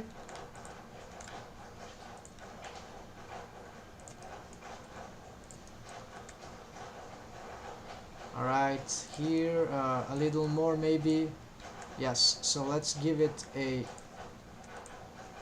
affect local space. Alright. Oh, it was the okay, this thing. Okay, save, and then because then we keep going the amount, and then it needs to all the, so it will be like that. Keep rotating, see augment, then to go back we need to all the way down until, yeah, so not good, right? So affect transforms, even though affect transforms doesn't make much sense to me without investigation. Then we see that the mesh here doesn't seem to respond very well. Too much weight here probably. We're gonna assess that later. For now, just creating the mechanisms. And here, good occlusion, we could say. Occlusion is getting better. Occlusion, like, it's how the teeth, the top and bottom arcades, they meet. Not meeting so well, right? It's she's killing herself right now. So, but we need to have this, maybe some cool expression might come out of it, I'm not sure. Leaving it free. Then again, let's see a little more here. What about negative 25 degrees here? Is that enough? Okay, I assume this is enough. and I assume this should be enough. Alright, so that's it, folks. This is getting interesting, and I need to check my notes and see whatever more we have to access this. But next thing, besides those small fixes here in the melt interior, I would like to go back to the lips and something about the deforming mesh around the lips, of course, but around this melt region. And then we're gonna make a test if this mesh topology has any chance of surviving to the huge deforms we'll be trying to do here, or if it would be better to just take that off and make like all these things circular, like following here, except that here we're taking them from the top of the nose here, and maybe they will be circling around all this thing and circling around all this thing, and so this for puffy cheeks maybe it's not required. Also because if we have enough mesh topology here, there's already some sort of half circle here, right? Just like this will be, so like here, so this should help in making deforms here even if you don't have this mesh topology here, right? So I'm confident that yes, I'm not confident this will survive, but I'm confident that these shapes would be enough because I've seen some deforms on here. So this was just an artistic extrapolation. It could be good on certain models, but I'm not sure. So that's it, folks. Thanks for watching, and especially for the friends that from Russia, USA, which are always or often there. Dan Jung and Vladimir Alotsky, and yes, good afternoon or night for you folks, and I hope to be back still today later, but maybe you guys will be busy with what I'm doing, but feel free to tag along, I think that's the expression. So take care, folks. Happy blending if you're touching Blender, and happy rigging if you're going into that too, and see ya soon. That's it. Have a nice day. See ya soon, folks. Bye.